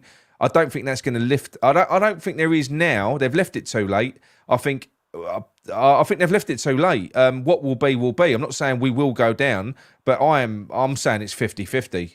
You know, I've you know what? He's been one of our better players the last few weeks. He's been Emerson. I think he's this myth about he can't play in the back 4. I think he's been dispelled. I think he's been one of our better players. He's been good. But go on, John. The only thing I'd say about the whole confidence thing about players is I think players need only look as far as Saeed Benrahma, because he this season has almost gone to Moyes, and he's just done what he's wanted to do. Yeah. And he's turned the corner, and he's won over a lot of fans, me included. So a lot of them players need to have a look to him and go, you know what? Moyes may not have confidence in me, but I need to show confidence in myself on the pitch. Because, again, I get it. If your manager don't show faith in you and your teammates being able to beat teams, you're going to be a bit like, you what? We've got to play a certain way because you don't think we're good enough. I get that. But I do believe the players need to step up a little bit now and start going, you know what? Let's do what Benrahma's been doing. Yeah, no, I agree. Well, Gary, we've got another call that we've got to get to, mate. But go on, one more thing, mate. Go on, one more thing before we go. I think with Paqueta and Scamacca, I don't know if they're really the right fit for this club overall. Everything into consideration. Would you rather would Brozier be a better fit for us the way we play than Scamacca? And maybe a Conor Gallagher in midfield. I think Brozier would have been. Brozier would have been a better fit for Moyes in a Moyes system. Well, that's what I mean. Yeah, but what I'm saying is this just exposes the shitness of the manager that can't adapt to the players that he's got. A good manager will take. Honestly, a good manager, anyone will tell you this. If you're setting up any team, you'll take the 2 best players, the most important players, whoever they are. You'll build the team around them to make it work for them. That's how you make it a success. And someone like Scamacca, and now we've got fucking Danny Ings, who's also a proven Premier League goal scorer. We're going to make them both look shit. Ings, we're going to be saying, "Oh, he's finished. He's rubbish. What a shit signing." Well, he will be a shit signing for us because. He can't be Antonio.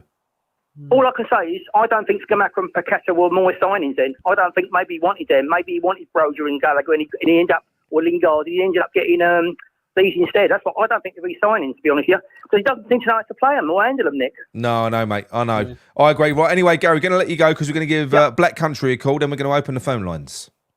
All right, then take care, Nick. Tell John. Cheers, bye, mate. See you later. See you later, mate. Bye, mate. See you later, Gal. Are you ringing? Black Country. Oh, skip. When are you off to the Midlands, John? I'm off to the Midlands on Thursday. I'm coming back Friday night. It's just for a funeral, isn't it? Oh, was it? Yeah, for Jodie's nan. My missus' nan's funeral. All right. I'm phoning him. Let's see if I can get through. If you can understand him. So put subtitles up, do you think? Jasper Carrot. Hello, is that Ozzy Osbourne? Yeah, of course.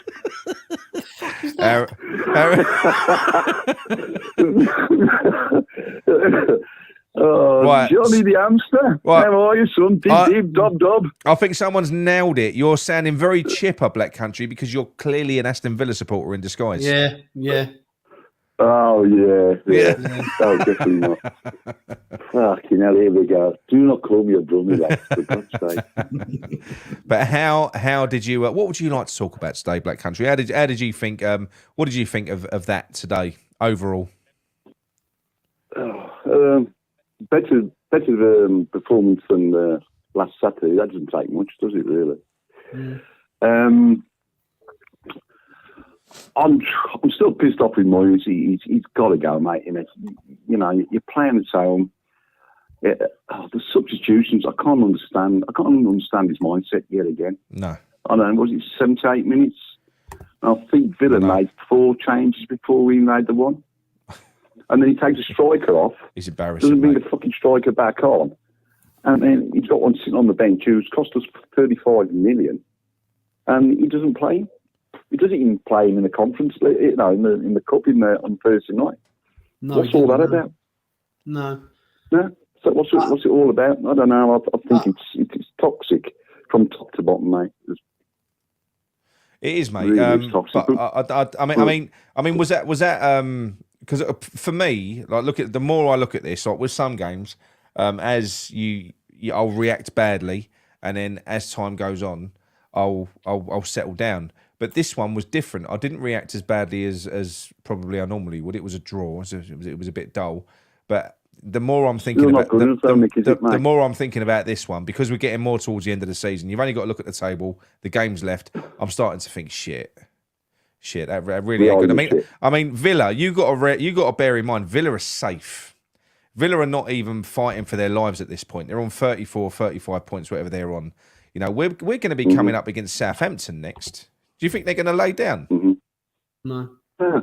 Well, look at the result they got to that Man U. I know. Look at the result they got. They're picking up form. Everton are picking up form. The only ones who are really dropping really is, like you just previously said to that guy, is Crystal Palace. And Leicester. Leicester on a bit of a dip. But I can't see Leicester staying there, to be honest. Leicester in trouble. Yeah, they are in trouble, but I can't see it. Not. Yeah, but I do believe that Leicester will get out of it. I don't think that they're one of the ones that will go. Nick, they've won one in their last. The other thing we got to think about. 4 of their last 5 games. They've lost 4. I know. Their last 5 games. But I still believe with the way that Brendan Rodgers sets his team up, and the way that because you'll rarely see, even though they lose games, it's like when they lost against Chelsea. It's really because they've played shit. It's just because I think Rodgers is a bit. It's not stubborn. I think he just plays the way that he plays, and it either works or it don't. And at the moment, this season, it ain't working. Without Maddison, they're he's important to them, isn't he? Well, he played yesterday. Madison was back yesterday. Yeah, I know, but that was against. I know, but that's against Chelsea, and Chelsea are starting to click. Palace have drawn 3. Palace have drawn 3 and lost 2 of their last 5. We've picked up more points in the last 5 games. As poor as we've been, we've picked up more points in the last 5 games than Leicester and or Palace. Yeah, so that shows how shit they are. Yeah, you know? I know. But I'm not trying to but you can't rely on other sides, can you? You can't rely on other sides. No, you can't. You know what I mean? At the end of the day, we ain't got a game now till the 2nd of April, I think, and that's Southampton to its own. Yeah. So what other sides, whoever play, What other side? If they start winning, we drop down, then the confidence is going to drop even fucking more, and then we're going to be more fucking dire. The confidence is going, you mate. know what I mean? But That game today should have been. Well, it was a must win. It's been a must win for the last couple of months, to be honest with you. And he just seemed to keep sitting on his fucking hands all the time. And why they just don't get rid of him? I don't know. Just let Noble take over or somebody else, because if we keep him, we're going down. I really think we're going down. Look. There is. I wasn't going to share this, everyone, because this is an anonymous source. This isn't someone that I know, but this is someone that's given me information before. Okay. They say they're a journalist. I've had 3 pieces of information. Not all of them have been true, though. 2 pieces of information have been correct. One has been wrong, and that was the one that was wrong was the Pochettino one. He weren't wrong. He said that we'd approached him, and that was when we done the video, and then loads of people came out, dismissed it, but then later on it's been found out that we did approach Pochettino, but he told us where to go. Yeah. Right. Well, he hasn't named a name. He hasn't named a name, but what this guy has said is that he's pretty certain that the reason that Moyes was so tetchy in the post-match press conference was because there's been conversations with him and the board. It's done. You know, they're finished with each other. What, today? Yeah, this is it. This is the message that I got from this guy. It's a long fucking message. And what the guy said is that there's been a barrage of players going into the boardroom, talking to Noble, talking to the club about David Moyes. I mean, we've heard the fact that they've gone into Jacob Steinberg, and what this guy has said is that he expects, he doesn't know who, because we have been scattergunning, talking to lots of different managers. So we've been looking to try and get someone else in. But this guy said he expects David Moyes to be replaced before we play Southampton. This is what he has said. So we shall see what happens there. Like I said, I don't know who this guy is. It's an anonymous source. I don't know who it is. Is it too late? Is it too late though? That's the problem, isn't it? Yeah. He should have gone, like I know. You guys have been saying.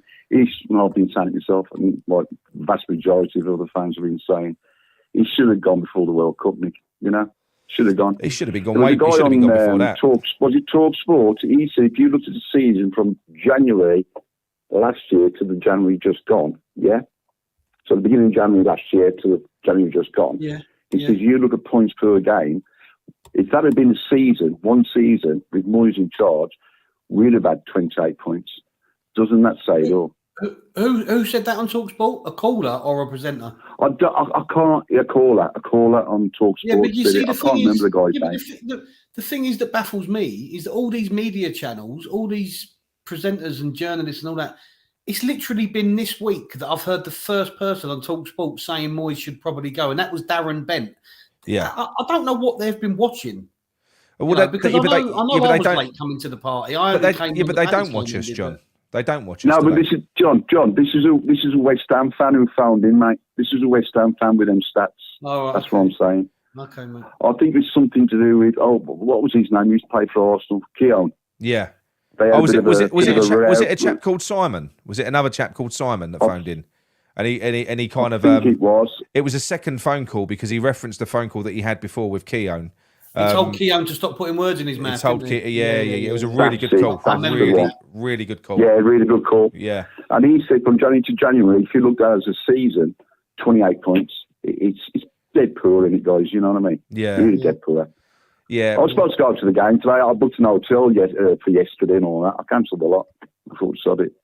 What happened? Yeah. Did they stop you? Did they stop you at the border of London because too many brummies? Hang on a minute. They probably thought I was from Mars Attack, mate. Mars Attack. You know what I mean? Whoa.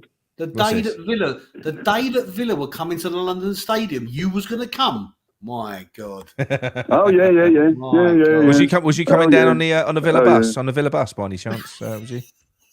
I probably took petrol 1 minute. No, I'm only joking. I'm messing around. I'm only joking. Yeah, that's what I'm only joking. But we love you. We can't understand you, but we love you. You know. But what I will say, what I'll ask you is before we open up the phone lines, is do you think that I will ask you 2 questions actually. I'm going to ask every caller this if we do get many more. It's a bit of we're in a purgatory situation again. It's kind of fucking dull, isn't it? Do you think that David Moyes will go based on that probably bullshit information that I've been given. Do you think he will go before the Southampton game? And if he were to go, do you think it's too late? Do you think we can and will survive with or without Moyes? The first question, I think it's bullshit. I hope it's not. Yeah, I know think it is. Like I say, that was my second that was my question. feeling. The second question. I don't know. If we keep Moyes, we're going to go down anyway. Yeah. So why not run the gauntlet? Why not get Martin Noble and somebody else in and just see how we go from there? Because we do keep him. We all know we're going to go down. We're going to go down anyway. So the answer to the first question, I don't believe that. To be honest, I hope it's true. No, don't believe it. Well, we can't believe it, can we? Because like people have said in the chat, we've been hearing this before, and we have, we've been getting, and we get fed loads of different bits and pieces, loads of snippets from different people. But what you tend to do is, I mean, certainly with me, I want to believe that he's going as well. So I'm easy to fool. I'm easy to fool. Do you know what I mean?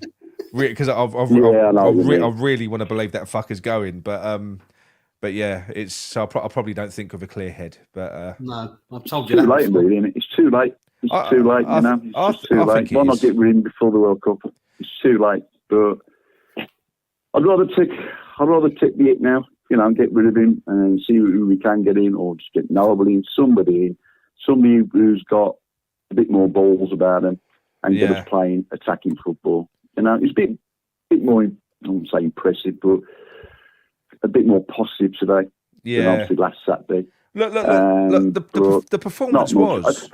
The performance was. It was a bit better. It was a bit better. The performance was. But what pissed me off, mate, was his substitutions again. Yeah, he doesn't help.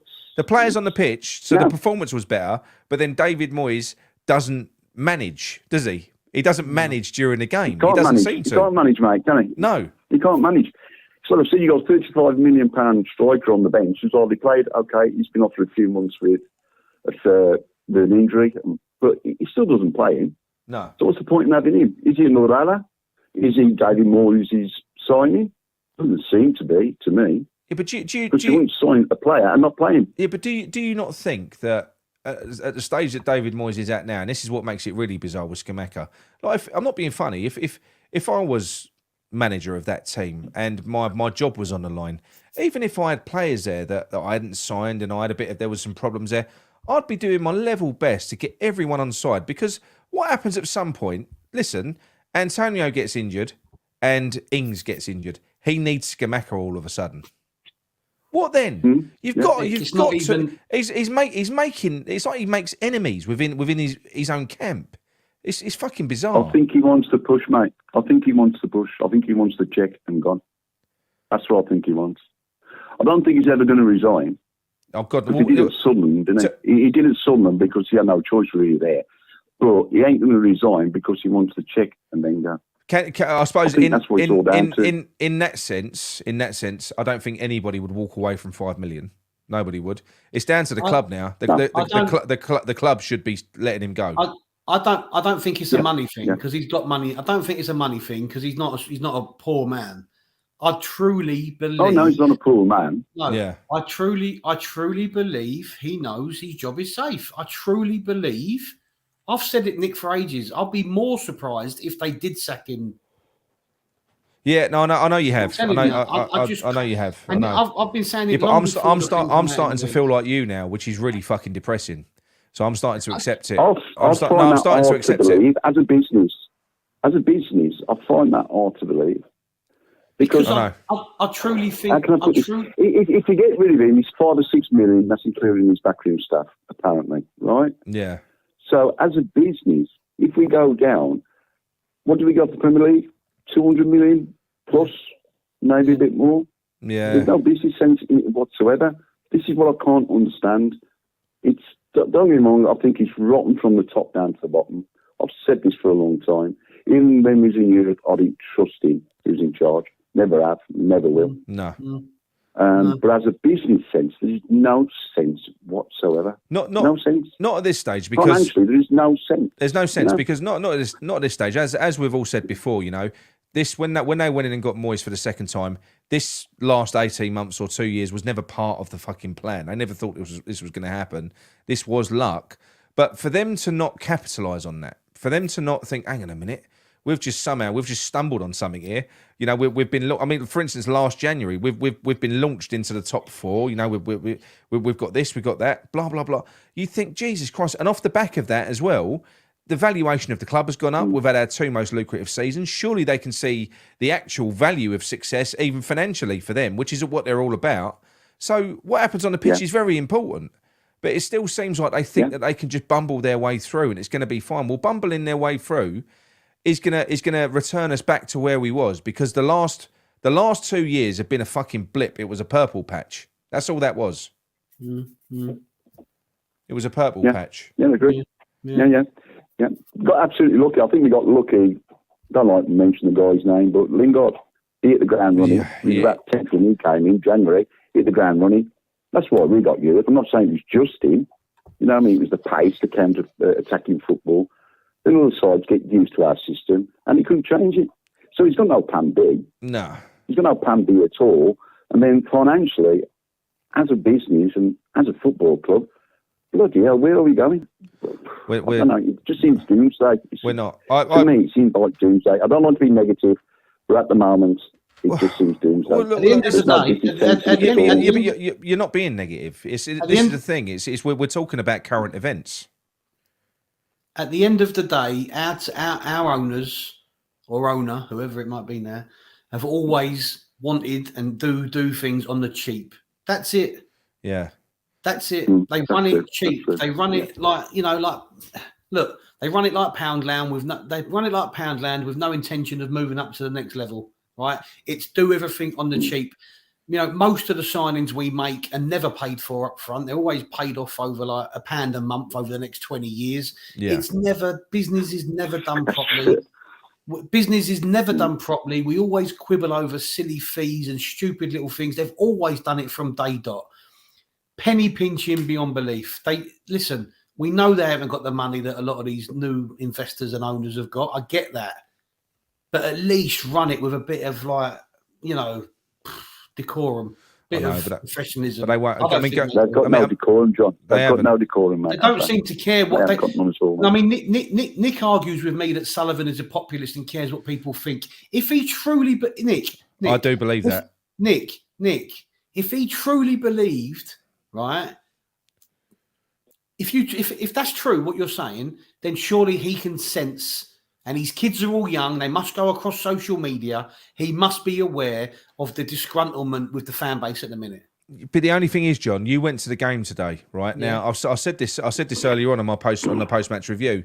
Now, Nigel's probably right. The online noise that people make, people like us, people like me, yeah, but I know what you're going to say. People like you, Twitter, stuff like that. All that matters is inside that stadium. The only time we've heard any disgruntlement this season was Brighton away when we were 3-0 down. Was there any disgruntlement in the stadium today? No, Nick, but I'll disagree with you here. Right, listen, and that's what matters to Sullivan. But there's no gain from us going in there and from the off being anti anyone. No, because at the minute we need to, as hard as it is, try and lift the players or at least try and get behind them, because paramountly important at the moment is the survival of us from relegation. I get what you're saying, but it's not the right time now, purely because of the predicament we're in. That's I know. Right, I agree with you, but not at this time. Greeno's, he's quite level-headed, quite positive, he said he thinks that we are going down, and not because there are three worst teams that people keep on touting, but because we have a manager who does not know what to do to win a game. And that is the thing. He does not know. He was in a situation today against a good Aston Villa team.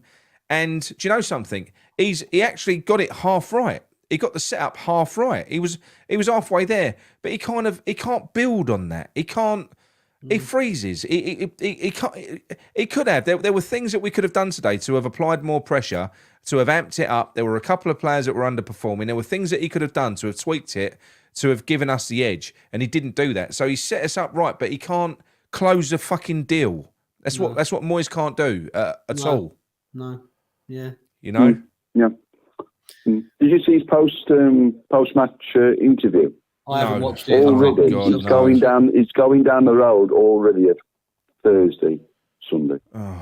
Jesus Christ, we've only played one Thursday game now. Oh, you saying he's blaming it on fatigue now, is he? Well, that's the way I might have read it the wrong way, or I'll have to watch it looked at it the wrong way. But yeah, it was Thursday, Sunday. He put down his little bit of spiel already. Yeah. And I'm thinking, you're going down the same road again. You're clueless. You haven't got a clue. Why don't you just get out of the club? That's brilliant. Just go. Mr. Mace has said Moyes is the Tim Henman of football management with an even worse personality. I've had him in the back of my cab. The difference is Tim Henman comes across as quite a nice, a very vanilla guy. Moyes is nothing like that. It must be like playing for Victor Meldrew. He's a grumpy, miserable bastard. Isn't he? He really is. Mate, I'm inspirational. I'm inspirational. I am. He's pretty scary when he puts them eyes on you. He's pretty scary, guys. And then when he puts these, he stares with those eyes. Yeah. Those have eyes. You know what I mean? Yeah. Pretty scary, the guy is. Yeah, he's scary, but you know what? That ain't going to work on everyone, right? So, yeah, he might be able to sort of put the wind up and upset a few of his players. He's going to have some big characters in that dressing room. He ain't scaring Scamacca. He ain't scaring Antonio. He ain't scaring people like that. That's not going to be the case. He's going to talk to them like a piece of shit, and they're going to look at him as if, so who are you fucking talking to? I'm earning more money than you for a start. So I don't think he can. I think David Moyes is custom built for the bottom end. He needs a load of grateful players. He needs players that are grateful for the opportunity that he can bully. I think this was always going to go wrong once he started bringing in established stars. He ain't going to mix with them. He's not going to mix with them. He couldn't angle it at Manchester United, could he? He couldn't angle it. No, not at all. He couldn't angle the big soul superstars. He couldn't angle it. No. That's why he went there. So, but I think he's a dinosaur now. I think he needs to go, and then I think it's not, not my opinion really, or in what to do. I think he needs to retire, and that's it. He does. He needs to go to his villa in Spain, wherever, or Greece, and go. You know what I mean? I think it's very clear he's not going to retire because I read out. I don't know whether you heard it. The show I did the other week, the Sunderland fans article that he did there, and towards the end, he was pretty much doing the same sort of stuff there. He was leaning on his friends in the media. He was rebuilding his profile. He was saying all the great things that he'd done, alluding to that nothing was his fault. He's doing that now. He's trying to protect his profile. He's gonna go again. He is. But the difference is we're not Sunderland. We're not. And I don't think that he's going to be able to brush this one under the carpet. The Sunderland failure, which it was a failure. Not as big as this fucking failure if this goes wrong. But that was a failure. Oh, yeah. He ain't going to be able to brush this under the carpet. I hope he's been found out. I hope he never manages in the top flight again. I really mean that as well. I don't think he will. Lucas, I think football's passed him by now. I think he hasn't kept up to speed with his philosophy and his tactics and all that kind of stuff with the younger managers. He hasn't and that's passed him by. Passed him by. Now he hasn't changed, John. No. Right. He hasn't changed his ways. He hasn't gone with the times. If that's the wording. So I think once he's left West Ham or he gets sacked from West Ham, whichever. I think his time's up, mate, because I hope so. He hasn't. He's a bit like a Sam Allardyce. He hasn't moved the times, Clean sheet. I get sick of fucking hearing about clean sheet. Sam Allardyce was on Talk Sport the other day. All he was talking about was clean sheet. I know you need clean sheets, but you need to score goals. Yeah, I know. You need to score goals to get points, and that was why I'm a bit pissed off about today's game. We need to score goals. I don't care how he plays. We need to score goals to get them points. All in the shit. But I will say we've made this comparison before, mate. Sorry to interrupt, but that's with Sam Allardyce, and yes, they are. They're all cut from the same cloth. Tony Pulis, Neil Warnock, David Moyes. But I do think the difference is with the likes of Sam Allardyce. Yes, he was a long ball merchant, but I still think the guy tried to score goals and win games. Didn't you, John? I said this to you the other week. The ball was up the other end a lot more than it is now. Yeah. The ball was in the other end was in the box. I don't know what the fuck this is that David Moyes does. I don't know actually. I couldn't tell you what it is. I mean, I I've never been so embarrassed as what I was when I went to Brighton. I think Honestly, it was embarrassing. We play a Oh, regressive. yeah, I could imagine. We play a regressive tippy tappy style. That's what we play. I think. Yeah. No, You know what I mean? Like a defensive tippy tappy. Yeah. It's backwards triangles, isn't it? You know, we play regressive triangles. We work our way back towards Areola. But anyway, look, Black Country, thank you very much for the call, mate. Cheers, guys. All right, we'll speak to you again Catch you soon. later, guys. Cheers, Take care, mate. Yeah, no problem. Bye-bye. Good luck. Bye-bye. Right, so Lucas, thank you very much again, mate. Really appreciate that. Australian dollars there, so I've got a little donation from down under. What I'll do is I'll open the phone lines. If anyone does want to call in, please feel free. We'll carry on going till the call stop. If not, then we'll start to wrap up. But just go through the text until we do. Yeah. Okay, so Ryan Pope says, "You reckon Big Sam comes back?" Unknown caller. Hang on, straight away. There we go. Someone's been chomping at the bit. I don't think Big Sam. we will go. come Right, back. mate, is that Nick? It's yes. Is that Tony? Yeah, yes, mate, yeah. How you doing, mate? You all right? Well, I spoke to you a little while ago and all that, and spoke about Scamacca and the way people keep saying he's not a Moyes signing the same as Paqueta. Yeah. And he might not be, but if I was a manager of any club and I was giving Italy's number 9, I'd be bursting my bollocks up to get the best out of that player. You would. Yeah. You know, it's just, and you said the other day, I mean, I watch West Ham now. I've been going since the late 60s, and I've just got no feeling there no more. I mean, even when we got beat against Tottenham, I'd normally be doing my nut. Yeah. I was just sitting there thinking, I expect this. I've done what I think you said. I've been moist. I've been moist. You know, I've been moist. He's moist me. It's horrible, isn't it? and I'm going to give you a little scenario in a minute, Nick, and I want you to keep calm, right? Oh, I really want you to keep calm, and I'll give you a little scenario in a minute. But I'm just sick and tired of the bloke. He takes off a striker, and it's like what you say, Ings. He ain't going to do no good under Moyes. Scamacca, he ain't going to do. And I'll tell you another thing with Scamacca. I think if he played him and started scoring, he wouldn't be able to get him out of the team. no. And he's got to use him. You know, I just sit there. I've got nothing no more. I'm just. I know what you're saying. I know what you're saying. I'm lost for words. I know what you're saying. I think to a degree he's got his favourite players. He has, and I think rather than be happy when one of these players that are not his does well, I think he's probably more disappointed. If Scamacca was to come on, if it was, say for instance, it weren't his signing, I think there's a part of David Moyes that probably wants him to foul because he wants to prove a point. I don't think Exactly. it does feel like there's some pettiness that goes on with Moyes. We've seen it, haven't we? We've seen it. I agree. I've wanted him gone since you. I virtually mirror everything you say in it, and I wanted him gone since the Everton game last year. Yeah. It's just. Well, words found me with a geezer. He's a prize plank. It's heartbreaking, mate, because I think as so many people have said in the chat tonight, the heartbreaking thing is we really have got some good players out there. We've got some really good players in this team, you know, and it's such a shame. It's such a shame because if you looked at the way that Paqueta is a passionate guy, and do you know something? That the way he stormed off at getting subbed there, you can see even someone like Paqueta. The way he stormed off down that tunnel, that was a little show of it's a bit of insight. You look at Scamacca's body language on the sidelines. There's something going on. There's something going on there that we all know about. We've heard it all, but why are they just allowing this to unfold? Why are they allowing it? Why are they not trying to put a fucking stop to it? I don't know, because I poisoned the wolves. He's a money grabbing horrible little bastard, isn't he? You know, he's as tight as fuck. He is. But like, see, if we go down, see, where people say we're going to lose a load of money, I don't think he will. He'll sell Paqueta. He'll sell Scamacca. He'll sell Rice. Plus a few other players. Work out what all that adds up to. He hasn't really lost a lot, has he? He'll make more money in the short term. So I think if we got relegated with the parachute, And then we need to come straight back up. But we would have to come straight back up because the long shot is if we stayed down there for 2 or 3 years, his big investment would be worth that's the danger. A third of what it is now. But Tony's right. Technically, and what you said there, even the rent of the ground gets 50%, gets halved. So I think it's 2.5 million we pay. It will be halved after that if we get relegated. So you're right. It doesn't feel like there's any pressure on Moyes from above, and that's the thing that baffles me. The only pressure he's getting is from some of the fan base. It's a conundrum that I can't get my head around. But like you said at the beginning of the call, Tony, it makes no sense whether you bought a player or not.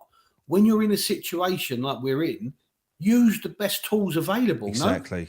No? But the problem is he doesn't want to change his style. He will never go too up front until it's too late. He won't. Right. Well, very, very quickly, Tony. Lucas, thank you very much, mate. You're too generous, mate. Thank you very much. I'm going to put his question up. So he says, if we do go for a new manager, what are your thoughts on someone like Ange Postecoglou, Vincent Kompany? What he's saying is an attacking and forward-thinking manager. Well, I think that's what we all want, isn't it? Yeah. Of course you do. I don't think you'll get Kompany. I think Kompany's on a project at Burnley. Mate, they are flying. They're flying, aren't they? He ain't going to come to us. Ange Postecoglou, look, I wasn't 100% sold on him a few months ago. Yeah, I've looked into him and Celtic are doing well. I do poo-poo the Scottish League a little bit, I'm not going to lie. But I think at the minute, I'd take almost anyone. But do you know what I love most about Ange Postecoglou? I said it on this. He does play great football as well. Like, he sets his teams up in a really good way, and he's not a one-trick pony. He's got multiple different things that he does during a game, and I think he'll be good. He's succeeded wherever he's been. But Postecoglou, what I love about him most, when you listen to David Moyes, like what we've had to suffer for so long, you're coming up to a game, it's match day, you listen to David Moyes lowering our expectations because, we've played on Wednesday, we've got injuries, they're a really good team, lowering our expectations. You don't get that. That Ange Postecoglou, he's very much a fan-based, he wants to play football for the fans, and he's actually said as well, he said, my job is to raise the fans' expectations. It's to raise their expectations. We can only bring that out at the moment. I know. Yeah, because the thing is, as a manager, if you get the fans on side, it makes your job easier, doesn't it? Yeah, of course it does. Well, I'm surprised the fans haven't, over there haven't turned a lot more at the moment. But I'm going to give you this scenario, Nick, and I hope you've got a drink there or something. I'm out of a drink, but go on. Nice and calm. Go on, mate. Right. Just now, John said about he thinks he's here till the end of the season. Yeah. Did you say that, John? Yeah, I do. I do. Right? Yeah. Which I do. And I told you a while ago, Nick, he ain't going till at least the end of March, I said. You did. Right, now listen to this. We get relegated. Right? He stays with us, gets us promoted. The little dwarf will probably give him another 3-year deal. He's just the sort of manager we want. Look, I mean, it won't surprise me, Nick. That would not surprise me one little bit. But the thing is, you've been saying, hang on, Nick, you've been saying, I've heard people saying he's gone at the end of the season. I don't think he is. Has he gone? What do you know? I couldn't have a sadder looking face, could I? Sorry. But I mean, look, the only issue with that is, if they did the impossible, if they allowed this fucking corpse that we've got managing us at the moment to stay with us next year, but then he did get us promoted at the first time of asking. At that point, I probably couldn't argue with him sticking with him if he did that after they'd sold all these players. At that point, I probably couldn't argue with it but I can't see it. But you're painting like hell for me. That's hell. That's hell for me as well. That's hell for me. That's like a lot. It's almost like a footballing lifetime of David Moyes, and I just want more than that. And like going back to the thing, where David Moyes, he's lowering our expectations. He doesn't want us to be too expectant. Fuck, it's in our song. We dream like our dreams. We are dreamers. This time next year, we're going to be amazing. That's how we've always, it's like fucking only fools and horses. We've always felt like that. That's what's kept us going, because it's been mostly shit. We don't want to just accept that it's going to be shit. I mean, we do, but we always dream for more. And that's why he doesn't get our club. He doesn't get our fan base. He don't want the pressure, because there's always pressure as a West Ham. There's always pressure from West Ham fans, because we do dream. We accept that we've never won stuff, but we always think that next year is going to be better, don't we? We do. Yeah. But I'm just saying, knowing Sullivan, I wouldn't put it past him doing something like that. Oh. No. We'd be more... We've done the same as you. You've really depressed me, Tone, to be quite honest. Nick's going to block your number now, Tony. I'm going to get night terrors. I'm just saying, I'm just putting it out there, mate. I wanted him gone ages ago, but like him, it's just like Sullivan to try and punish us lot in that way. I'll tell you what, mate. If he gets this relegated, right? If he does, and to be quite honest, you know something, I'm almost We're at on the course stage. for it. No, but listen, I'm almost at the stage now, right? Because I'm quite bloody minded. I've almost accepted relegation now, personally. I have, and you know something, I'm at the stage now where I dislike Moyes so much that I don't want to spare him the actual relegation. If we're going to get relegated, I want it to be that with him in charge. fucker to be the man in charge who relegates us. I want it to be him. I don't want it to be, if we'd have stuck with Moyes, we might have got the points. I'm at the stage now where, do you know what? If he's going to, I dislike him that much. They've kept him that long, and Sullivan, because Sullivan wants to be proved right. If we're going to get relegated, let's let that fucker relegate us. And I am sorry. That's genuinely how I feel now. I'm past the point of no return. If we go down, we go down. I'm still going to support West Ham. I'll find it very difficult. I find it very difficult if he's still in charge, but I'll still manage it. I'm sure. You just have to listen to me moaning for the next God knows how long. But it doesn't. It's turned to hate with me. I hate him. Yeah, I hate him now. I feel the same, and it all stems from that. For me, I dislike him immensely. I have done for a while, but the Brighton game was the one that triggered me because, look, I've keep on repeating the same story. 1-0 down at half time. Didn't make positive changes. He took Ben Rama off, put Fornells on in the shoehorn position, and then goal 2 goes in. Does nothing. And these are 10 minutes apart, these goals. It ain't quick fire. Goal 3 goes in. He does nothing. You know, and he's got his coaching staff coming up to him with fucking iPads saying, do something, fucking get him on. Nothing. He just waves them away. He's got Declan Rice wandering over to him, you know, pleading with him to sort of try and help the players out that are being laid out like lambs to the slaughter. And then Declan Rice turns around, throws his water bottle down and walks off in a huff. You know, he's a ruthless, horrible, nasty man. I don't like him. That's all. He's a snake. He's a snake. I agree. I don't like him. But anyway, Tony, thank you very much for the call, mate. And before you go, same question to you. I won't ask the question about my bullshit information I got from someone I don't know. I'm hoping that's true. Yeah, I'm hoping it's true, but there's a part of me now that's hoping that it ain't.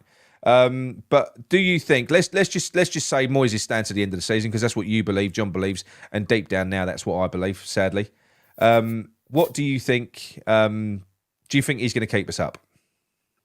No way. You don't? No,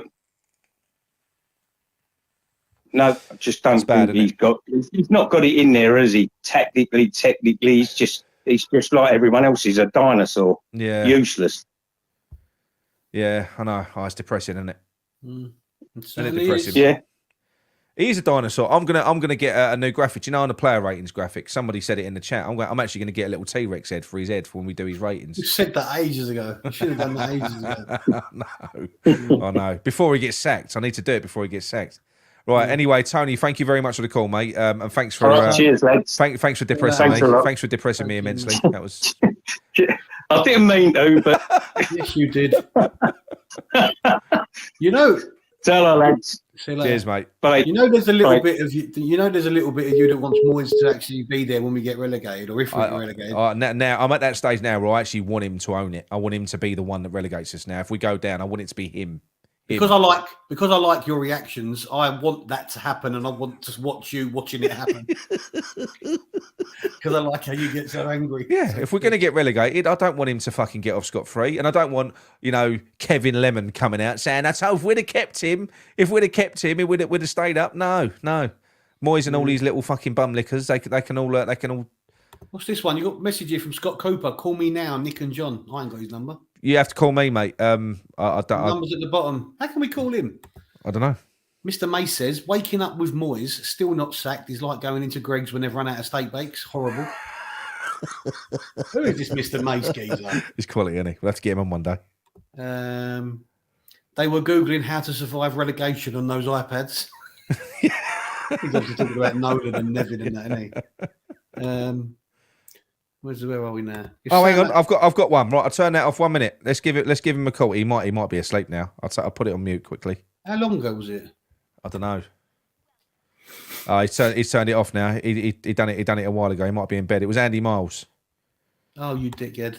Oh, sorry, Andy. What's he going to bed so early for? It's Sunday night. What's wrong with him?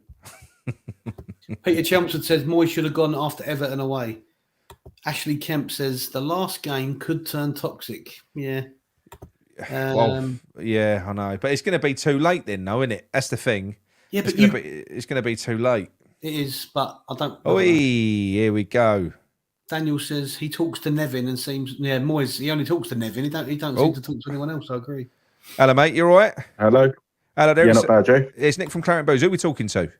Oh. It's Andy. Hello. Oh, Andy Miles. Hello, mate.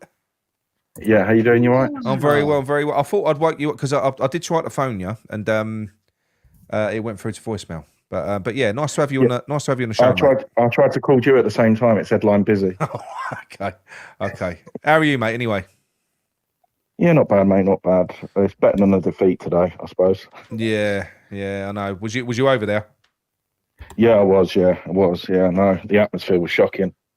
It's just just dead. Just dead. Yeah, like even at Bubbles, like when you first come out, it's just even when the voice when the tune goes off, no one was even singing. It's just so quiet. It's just horrible to deal with, to be honest. Thing is, mate, we are in a football equivalent of purgatory, aren't we? We are. It's just as John said, it is the wrong thing to go into that stadium now and be it's self harm to a degree. If you was to go in there at home against Villa, a team that we want to beat, and start booing and doing stuff like that, then you're not helping the situation. I think with all due respect, and I'm one of the fans that goes over there as well, so I'm not slagging fans off. I think the fans are as lost as David Moyes. We don't know what to do for the best because we've been moised. We've been moised. We've been moised. We just don't know what to do. You can't go over there and start booing the ball before kickoff. That ain't going to raise the efforts of the players, is it? If anything, no. And I know they say off-field things shouldn't affect on-field things, but it does if the atmosphere is toxic during a game, which is a must-win game. But then the performances aren't really raising our expectations and ain't really raising the atmosphere either, are they? So it's such a double-edged sword. It's such a catch-22 situation that you don't really know what to do. You're sort of sitting there bewildered by it all, really. Yeah. That's how I feel at the minute over there. I don't know about Andy, but and I think to be honest, I sit right next to the away fans as well, and it's like obviously there's a few of us who sing, and it's just like it's true. They're singing. It's like you sold your soul for this shithole, and it's true. We have, we literally have, and it's everyone goes, well, it's rocking. It rocks about twice a year. We've done it in the European games and when we beat Chelsea at home, but apart from that, I can't remember in the last 3 years really where it's been rocking. Really, I don't know about you guys. No. Well, European nights, innit? European nights. I remember the Man City Cup game we won on penalties. That was a good night, but yeah, it's good for maybe big occasions and big games like Wembley, I suppose. But for the standard sort of games that you're going to get during the season, especially when you are watching football like this, if you're today wasn't. I maintain today wasn't an awful game. No, it weren't the best game that we're ever gonna. No. It weren't the best game. Weren't the worst game. It was end to end. It was all right. We was in the game. But 9 times out of 10, Andy, it's shit. The football's terrible over there. It is, mate. It is, and like you just look at. I know you say you shouldn't look at a game on stats, but we're at home. Aston Villa had 60% of the ball, and we only completed 350 passes. Do you know what I mean? It's. I don't want to seem like I'm getting the stats out and trying to prove, but we're at home. We should be having more of the ball. Do you know what I mean? Apart from when you play the top, or the Sky Six, you should have more of the ball. And it's just we've had 17 shots today, and the only goal we scored is a penalty. Do you know what I mean? I'm not blaming the players, but if you play another team like when we done in Forest, we scored 4. It's just no consistency. But even the Even the Forest game, I maintain at half time, I was still sitting there thinking, God, this is crap. Well, it was only the last half an hour where I felt we really, whether you call it got lucky or changed it or what got the break we needed, I don't know. Well, it was what's his name? It was the Nottingham Forest manager, wasn't it? Who took off Shelby for Ayew. But whatever it is, I disagree that you can go out and try and play champagne. I'm going to leave you for 2 minutes. I must go and get a top up. Leave you two talking for a minute. Where are you going? I'm going to go get a drink. You're going to get... How rude are you? Well, I need a drink. I've been doing this for 2 hours. I've run out of... What, you're not going to offer me one? Yeah, do you want one? What do you want, Andy? Go on, back in a minute. Such a lightweight. Yeah, I mean, look, to me, you ain't going to score many goals if you're not... you've got to be in possession to create chances. And we're never on the front foot. We're never, like you said about possession, we're always down on possession. I'm sick of playing this counter-attacking football. And really, it's not really counter-attacking anymore because it don't work, does it? So I don't know what we're doing anymore. I sort of put it in the comment. You didn't really put it up. And that's the only thing what you could say is on hindsight, if we had Ollie Watkins today, the balls what Paqueta was playing over the top. If we had him, we probably would have created more. Do you know what I mean? Ings I like him, but if he just had that couple of yards extra pace, I think we would have caused more problems as well. But Bowen can't do it on his own. Do you know what I mean? No, but also with that is that Ings ain't that type of striker. So no, he ain't as much as we can say if he was this, that, and the other, the flip side to that is you surely you play to your striker's strengths, no? Or try to. Yeah, no, 100%. So that's 100%. What, that's what I mean, look, there's a lot of people in the chat talking about a disillusionment. David says, hate to say it, I feel so disillusioned by this week after week. I finally cancelled my subscription. I live in the US. Been following West Ham since 85. I'll be back, but not until Moyes is gone. And there's a lot of people saying that, not only from around the world, but people saying they're not going anymore. I mean, I find it hard to not go. I don't know about you, Andy, but Yeah. The only thing that's changed for me is the away games. I've not really gone to as many as away games as I should, but we've not had any reason to be honest. What is it? 6 points we've got away from home. But I just wanted to you may have done this show already, gents, but I've talked about it. But I've picked 5 games out of what we've got. Obviously, in the week we've got Southampton, Newcastle, and Fulham in a week when we come back. And then the other games, which are obviously we've got Bournemouth away, which will be tough. But the last 2 of the season, Leeds at home and Leicester away, they could be the games what decide our safety. Do you know what I mean? Yeah, it's mad. But the thing what concerns me is the other end. We've only scored 21, but we've only conceded 34 goals compared to anyone else around us. So conceding's not really been the issue, but it's just the scoring the goals. I know it's easier said than done, but apart from Paqueta, when was the last time we scored from a set piece at Newcastle? Yeah, I know. I mean, we're level on points with Bournemouth at the minute, but our goal difference compared to them is like worth another point or two. Do you know what I mean? It's interesting how the defence has. I mean, the funny thing is, in the last few games, the defence has been breached. Or has looked a little bit more shaky, innit? Because the defence can only hold out for so long. If goals ain't going in the other end, then at some point your defence will lose form, will lose shape, or start getting pressure. And that's what we're feeling now, and without goal. But this is what I'm saying. If you need goals, why take off Ings and bring on Cornet? Yeah. I know Ings didn't have a good game, but leave him on and bring on Scamacca. He's got 2 strikers that need a partner. Yeah, exactly. And why not roll the dice? Is, as per Tony said in the last call, is he worried that it'll work? I don't know what it is, mate. I just think he wants to prove himself right. I've just had a look at this, gents. So like Wednesday, this coming up, there's 2 games in the Premier League. Brighton have got Palace, and Southampton's got Brentford. Like, I know we shouldn't be looking, but no, the result's going to go our way. Do you know what I mean? That's even before we play. Well, if you look at them games, you would fancy Brighton and Brentford, wouldn't you? On current form. Yeah, and then, you would, but that didn't go that way this weekend. It didn't go that way this weekend, no, did it? No, I know. And then the 18th. So what's that? Next weekend, you got Villa, Bournemouth, Southampton, Spurs, Brentford, Leicester, and Wolves, Leeds, and Chelsea have got Everton. Yeah. But the way it goes, you can't pick anything, can you? You really can't. But you can't Not predict at the moment. I mean, can't as predict John it. said earlier on, I think our only saving grace is the fact that the relegation battle is definitely between 12th and 20th. There's lots of teams in it, and the bottom three undoubtedly are picking up form when they're doing their best to climb their way out. But while that's happening, the likes of us, Leicester, Palace, or whoever you want to talk about, they're all their asses are falling out. We're getting sucked back in. So it isn't just West Ham that are crashing. So hopefully, I think we're going to stay up on goal difference. That's how tight it's going to go. Do you I reckon? reckon we'll stay up on the last day. That's how tight. And I reckon the teams who's going to go down is Southampton, Forest, and Palace. I think we will get out. That's what I think. Bloody hell. That's me personally. Do you think it'll go down? Because I've got it in my head that this season, I actually think the relegation spots could be decided on the last day. Yeah, they're called most definitely. No, but I mean almost the three of them.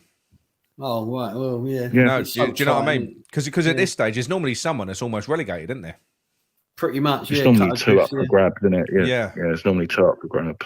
But yeah, it's like you said, Leeds at home and Leicester away. The last two games, I think that's going to decide it. Yeah, if I'm being honest. And the thing is, Leicester, look, unless Leicester can pull out of it, just say they're safe. That could be a game where they're on the beach. They might be clear of danger. They might not be in it. That would give us a chance. You'd like to think, but Leeds are going to be in it right until the bitter end. And the way that Leeds approach games, it might play into our hands. It might not. But if you look at the way that they approach Brighton versus the way we approach Brighton, they destroyed us at the London Stadium last year, though, didn't they? Yeah. No, I know. So, yeah. But it's not a good place to be at the moment, Andy, is it? No, it's not, mate. It's not. And a couple of years, last week at Brighton, I thought the players were toothless, but I can't fault the players today. No. I really can't. And it's like you said. I know Kehrer was the only shaky one, but I've heard Soufal might be out for the rest of the season. That's what I've heard. Well, he's got a heel injury which can take forever to heal. Apparently, classic. Yeah. And do you know what? I didn't want him in the team, but the last 4 games when he was playing, he's been one of our better players, and that was just the only problem is he can't cross. That's the only problem. No. He can do everything else, but can't cross. But you know what? It's funny how things change because we're actually missing Soufal. It's quite an odd thing. But I'll tell you what. Defensively, though, when you watch Kehrer, I mean, he's fucking terrifying, isn't he? To watch him as a defender, bless him. Yeah. I think the Kehrer thing, though. I'm going to say there must be a player in there. There's got to be, because David Moyes doesn't typically get the best out of many players. He's a depreciator of players. Players' values go down under David Moyes, and they don't go the other way. There's got to be something more to this. Kehrer can't be as shit as he looks. Aguirre, he's come with a big choice he plays right wing back for Germany. First choice. He can't be shit. You got Aguirre, who came with a very, very good reputation. He was excellent in the World Cup when he played, and now he came in. He looked good when he obviously recovered from his injury, but he's going backwards now. He's like another one. Is it down to management? When some players, because obviously Kehrer made mistakes, yeah. So he came in, he made mistakes, and is it down to management after that? Is it down to the way that David Moyes, I don't know, helps them recover from a fucking mistake? I know you might say, "Oh, look, they're big boys. They get paid the big bucks. They should be able to cope with it." But I look at. Did you hear Stuart Pearce? What he said? No, go on. As well, he said David Moyes spends 90% of training focusing on the opposition and 10% on the team. 100%, mate, 100%, and that is exactly it. When we watched West Ham versus Brighton, you could tell the team that are coached to play football with the ball during the week. Right? There's a team that know how to play football, and then you got a team like West Ham who are just like a bunch of strangers. We are. There's no patterns of play. There's no. But I think Fling Downs could be the difference of us staying up. I would put him next to Rice, drop Souček, and let Paqueta have that free role. And I think that could be the difference. He's a West Ham boy. I'm not saying he's ever going to be as good as Noble, but he puts his heart on his sleeve, and I think he tries. Do you know what I mean? I'm not saying he's the best footballer in the world, but just someone in there who can pass the ball around. Do you know what I mean? Yeah, no, I know. I've look for me, and this isn't. I've done Souček to death. You know, I've been calling for him to sort of be out of the team for a long time. It's never going to happen. You know, under Moyes. Moyes absolutely adores him, and as you know, it is. He played the full game today. We're at home to Aston Villa. He plays in the middle of the park, and he had 13 completed passes. I don't know if you said, gents, he just reminds me of, do you know, when you take your dog over the park and you let it off the lead and you don't know what direction to run? That's what he reminds me of. I said the other day, because I was watching him against Brighton, and wherever you saw the ball, you saw Souček, but he don't do anything. He's just there. I said he's not having a second referee on the pitch. He's like waiting for the dog. Do you know what I mean? You get the ball in the dog launcher and you're about to launch it. Yeah. I know. But anyway, Andy, thank you very much for the call, mate. We're going to. Cheers, mate. I'll say before you go, are we going to start or are we going down? We're going to start up on goal difference. Start on goal difference. Okay, mate. First one. No First worries, one James. has been Thanks positive. for having me on. Cheers, Take Andy. care. Thanks, mate. Anytime. See you there, mate. Take care. Cheers. Cheers, mate. Bye. Bye. Daniel, in regards to Soufal, Daniel De Costa says Soufal has plantar fasciitis, which it sounds like something out of a Greek shop, doesn't it? No, it's his heel. It's his heel. Right. And I think the only thing they can do for that is rest. Yeah. Won't heal quickly, will it? No. Who's ringing in then? There's two. What Now's you when eating? you got. What are you eating now? Oh, do you know what? I grabbed in the dark. I grabbed some crisps. I've got prawn cocktail. Oh, it's very 70s. Oh, grim. It's like your hair out of date, isn't it? Yeah. I'll phone back the ones that. Hang on, who's this? What? I've got a couple of texts. 1 moment. Alex Bassendale, evening lads. We saw today another prime example of Moyes' total lack of man management. Quicker he's gone, the better. Moyes out. Right, I've got 3 numbers here that have phoned in. I'm going to phone you all back now. So I'm going to take that off. We'll do these and then we'll wrap it up. Right, 1 minute. I'll phone this one first. It's impossible to connect the call. That one's no good. This one here. Ryan Pope says Souček was 21 touches. I bet they're trying to phone me, aren't they? Passes 13 attempted, 9 completed. Bloody hell. Right, last one. There was 3 numbers. See if I get any joy with this one. Who is it?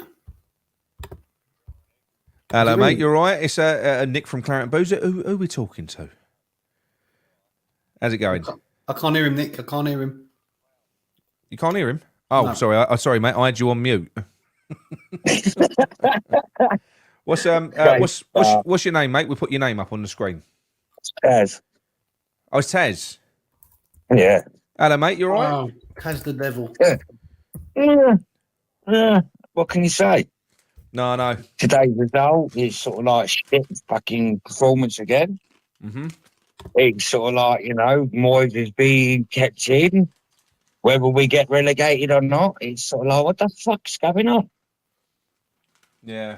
I don't get that. I do not get that. I do not get that at all. If we get relegated, Moyes stays. What the fuck are you playing at? I think Gonzo interpreted it the best. I watched a video on Hammers chat, and his interpretation was that it's a piss take. He reckons.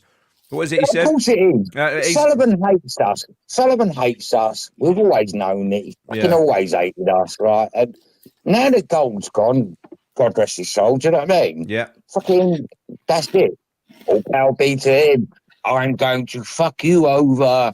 Yeah. No. I know. But the way Gonzo painted that picture, he said you had Sullivan sitting on the sofa. He's got little Jack and he's got little Dave and he's got his new bit of fluff sitting next to him on the settee. They're all bored. They've just finished a Netflix box series and Sullivan's gone, I'll tell you what, watch this. And he's phoned up Jim White and giving him a load of fucking shitty information. But you could Jim White knows what's going on because he's so fucking far up Sullivan's arse. If you didn't fucking ever see the Facebook groups, I've done the Jim White picture with Sullivan and gold on the fingers. Oh, yeah. In the toilet years ago when Real West Ham Fans Action Group, I done a meme then. Yeah. But Jim White's been up his arse ever, like, you know what I mean, for years. And to me, it's just sort of like, we're a sour shit, and unless the ownership changes, we can't expect any better. We can't expect to move forward. No. Until we get some proper ownership, someone that actually don't care if they're West Ham fans or not, but someone that knows football and says, you know what, I own this business. I'm going to make this business work. The only reason why this business works at the moment is because we're so fucking loyal. Yeah, no. The trouble is with Sullivan. If you're talking about it from a business point of view, Sullivan, he has been very successful with what he's done. You know, it's not about Sullivan. It's about us. No, I know it's about us. Yeah, we're the whole fucking reason why this business works. This is a failing business. West Ham, without us, we're fucked. Yeah, I know. Without the fan base, you're fucking nowhere. Because we're so loyal, that's what keeps this business afloat. That's the way I see it. But if you look at what happened when we moved stadiums, you know, they went out and they found 30,000 extra season ticket holders. I don't know. All corporate that fucking sort of like they can put down on the books as being sort of like as season ticket holders. We'll give your company a season ticket. Yeah, whatever. It goes down on the books of season ticket holder. Fuck off, you're lying. Yeah, no, I know. Biggest stadium. Everything was put into place so the government can say, look, you fucking take responsibility. We'll pile everything on you. We just won't charge you for this, that, and the other. If you need repairs done, give us a shout. We'll sort it out. End of story. But do you get what I mean, though? I do get what you mean. The agreement's done. The government's sort of like, fuck you, it's your stadium. Bye. Maybe that's why Moyes tells West Ham fans not to be over expectant, because he knows it's as long as they're in charge. Sullivan and Moyes are now getting on.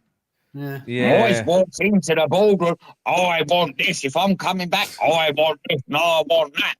Well, fucking, how the fuck have they become best buddies? No. Well, look. I don't think they're best buddies anymore, mate. I don't think they are. I don't think that's the case. I do. I still do, because at the end of the day, they are.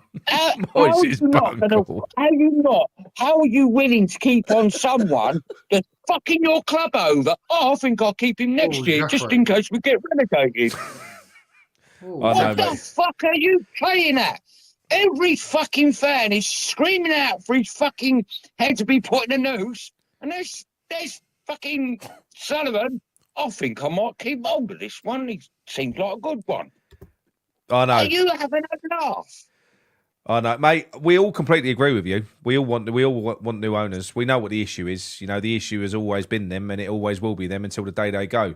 Yeah. There's people in the chat. But it's the same as before. The owners before, and the owners before that, and the owners before that. We need a whole new clean slate. We need someone to come in and say, fuck all that bullshit. Yeah. Let's just wipe the slate clean. If the players ain't good, fucking wipe it and then fucking say, gone. Done. Yeah, you're right. That's Taz. it. Taz, you got a lot of support. You've got a lot of people, mate. You got a lot of people agreeing with you, mate. But anyway, Taz, to because it is getting late, and I think we've got one more call that wants to phone in. What do you think is going to happen this season? Do you think we're going to survive, or do you think we're going to get relegated under Moyes? If we survive, it's going to be by the skin of our fucking teeth. Yes. And then next year, even if we do, we're going to be in the same position because Moyes will still be in place. Moyes needs to go. End of story. And I was a Moyes supporter when he got the job back. And I thought, yes, get him in, because he tried to prove something and you didn't allow him to do it. Now I'm thinking, get fucking rid of that cunt, because he's just fucking... No C-bombs. No C-bombs. Sorry. My bad. Honestly, he's like a demonetisation machine, isn't he? Sorry. He has pissed me off that much. I know. He's pissed me off that much. I've just had enough. I don't even want to watch West Ham anymore this season. I'm just thinking, wait until next season when we're in the championship, then we can start again. If he's there, I won't be watching it next season either. No, I'll struggle, mate. I will struggle. But Taz, thank you very much for the call, mate. And we will speak to you again soon. Thank you very much. Take care, boys. Mate. Cheers, mate. Bye. See you later. Oh, he was on one, wasn't he? He was, yeah. Passionate. I love it. Very passionate. Fucking hell. You got one more caller, have you? I think so, yeah. I mean, the number's up. So we'll leave it for... Go on. What we got there? We've got lots of people in the chat. Ruben Blush. It's like catching your wife cheating on you and staying with her, inviting a new fella over for dinner. Is that ridiculous to keep him? Yeah. It is. Ahmet says the fans have walked into relegation. The atmosphere is a morgue. We just sit there and boo a little and then moan. Yeah, no, I know, but it's not. But the thing is, I suppose on the other side of it, it's not the fans' fault that we are where we are and that Sullivan's doing everything that we're doing. Yes, look, eventually there's going to be a reaction, and when there is a reaction, it will be some reaction, like it was before, but it will probably be too late by that point. Mr. Mace says, right, who we slaughtering next? Next. He just listens for the.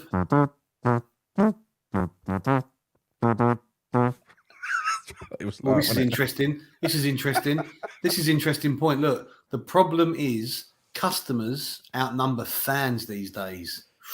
Oh, words and pictures. Well, this is true. This is probably true. Because when me and you go West Ham, we don't go club shop every day and buy a fucking 60 quid worth of stuff, do we? No. We just about buy a pint and a burger. You know what I mean? We ain't going to go club shop. But I know what he's saying. When you get the customers, they will go and come in with their little bags and they'll always spend more money than us. I get that. I do get that. But yeah, I don't know. If we had, what's this one here from Ahmet again?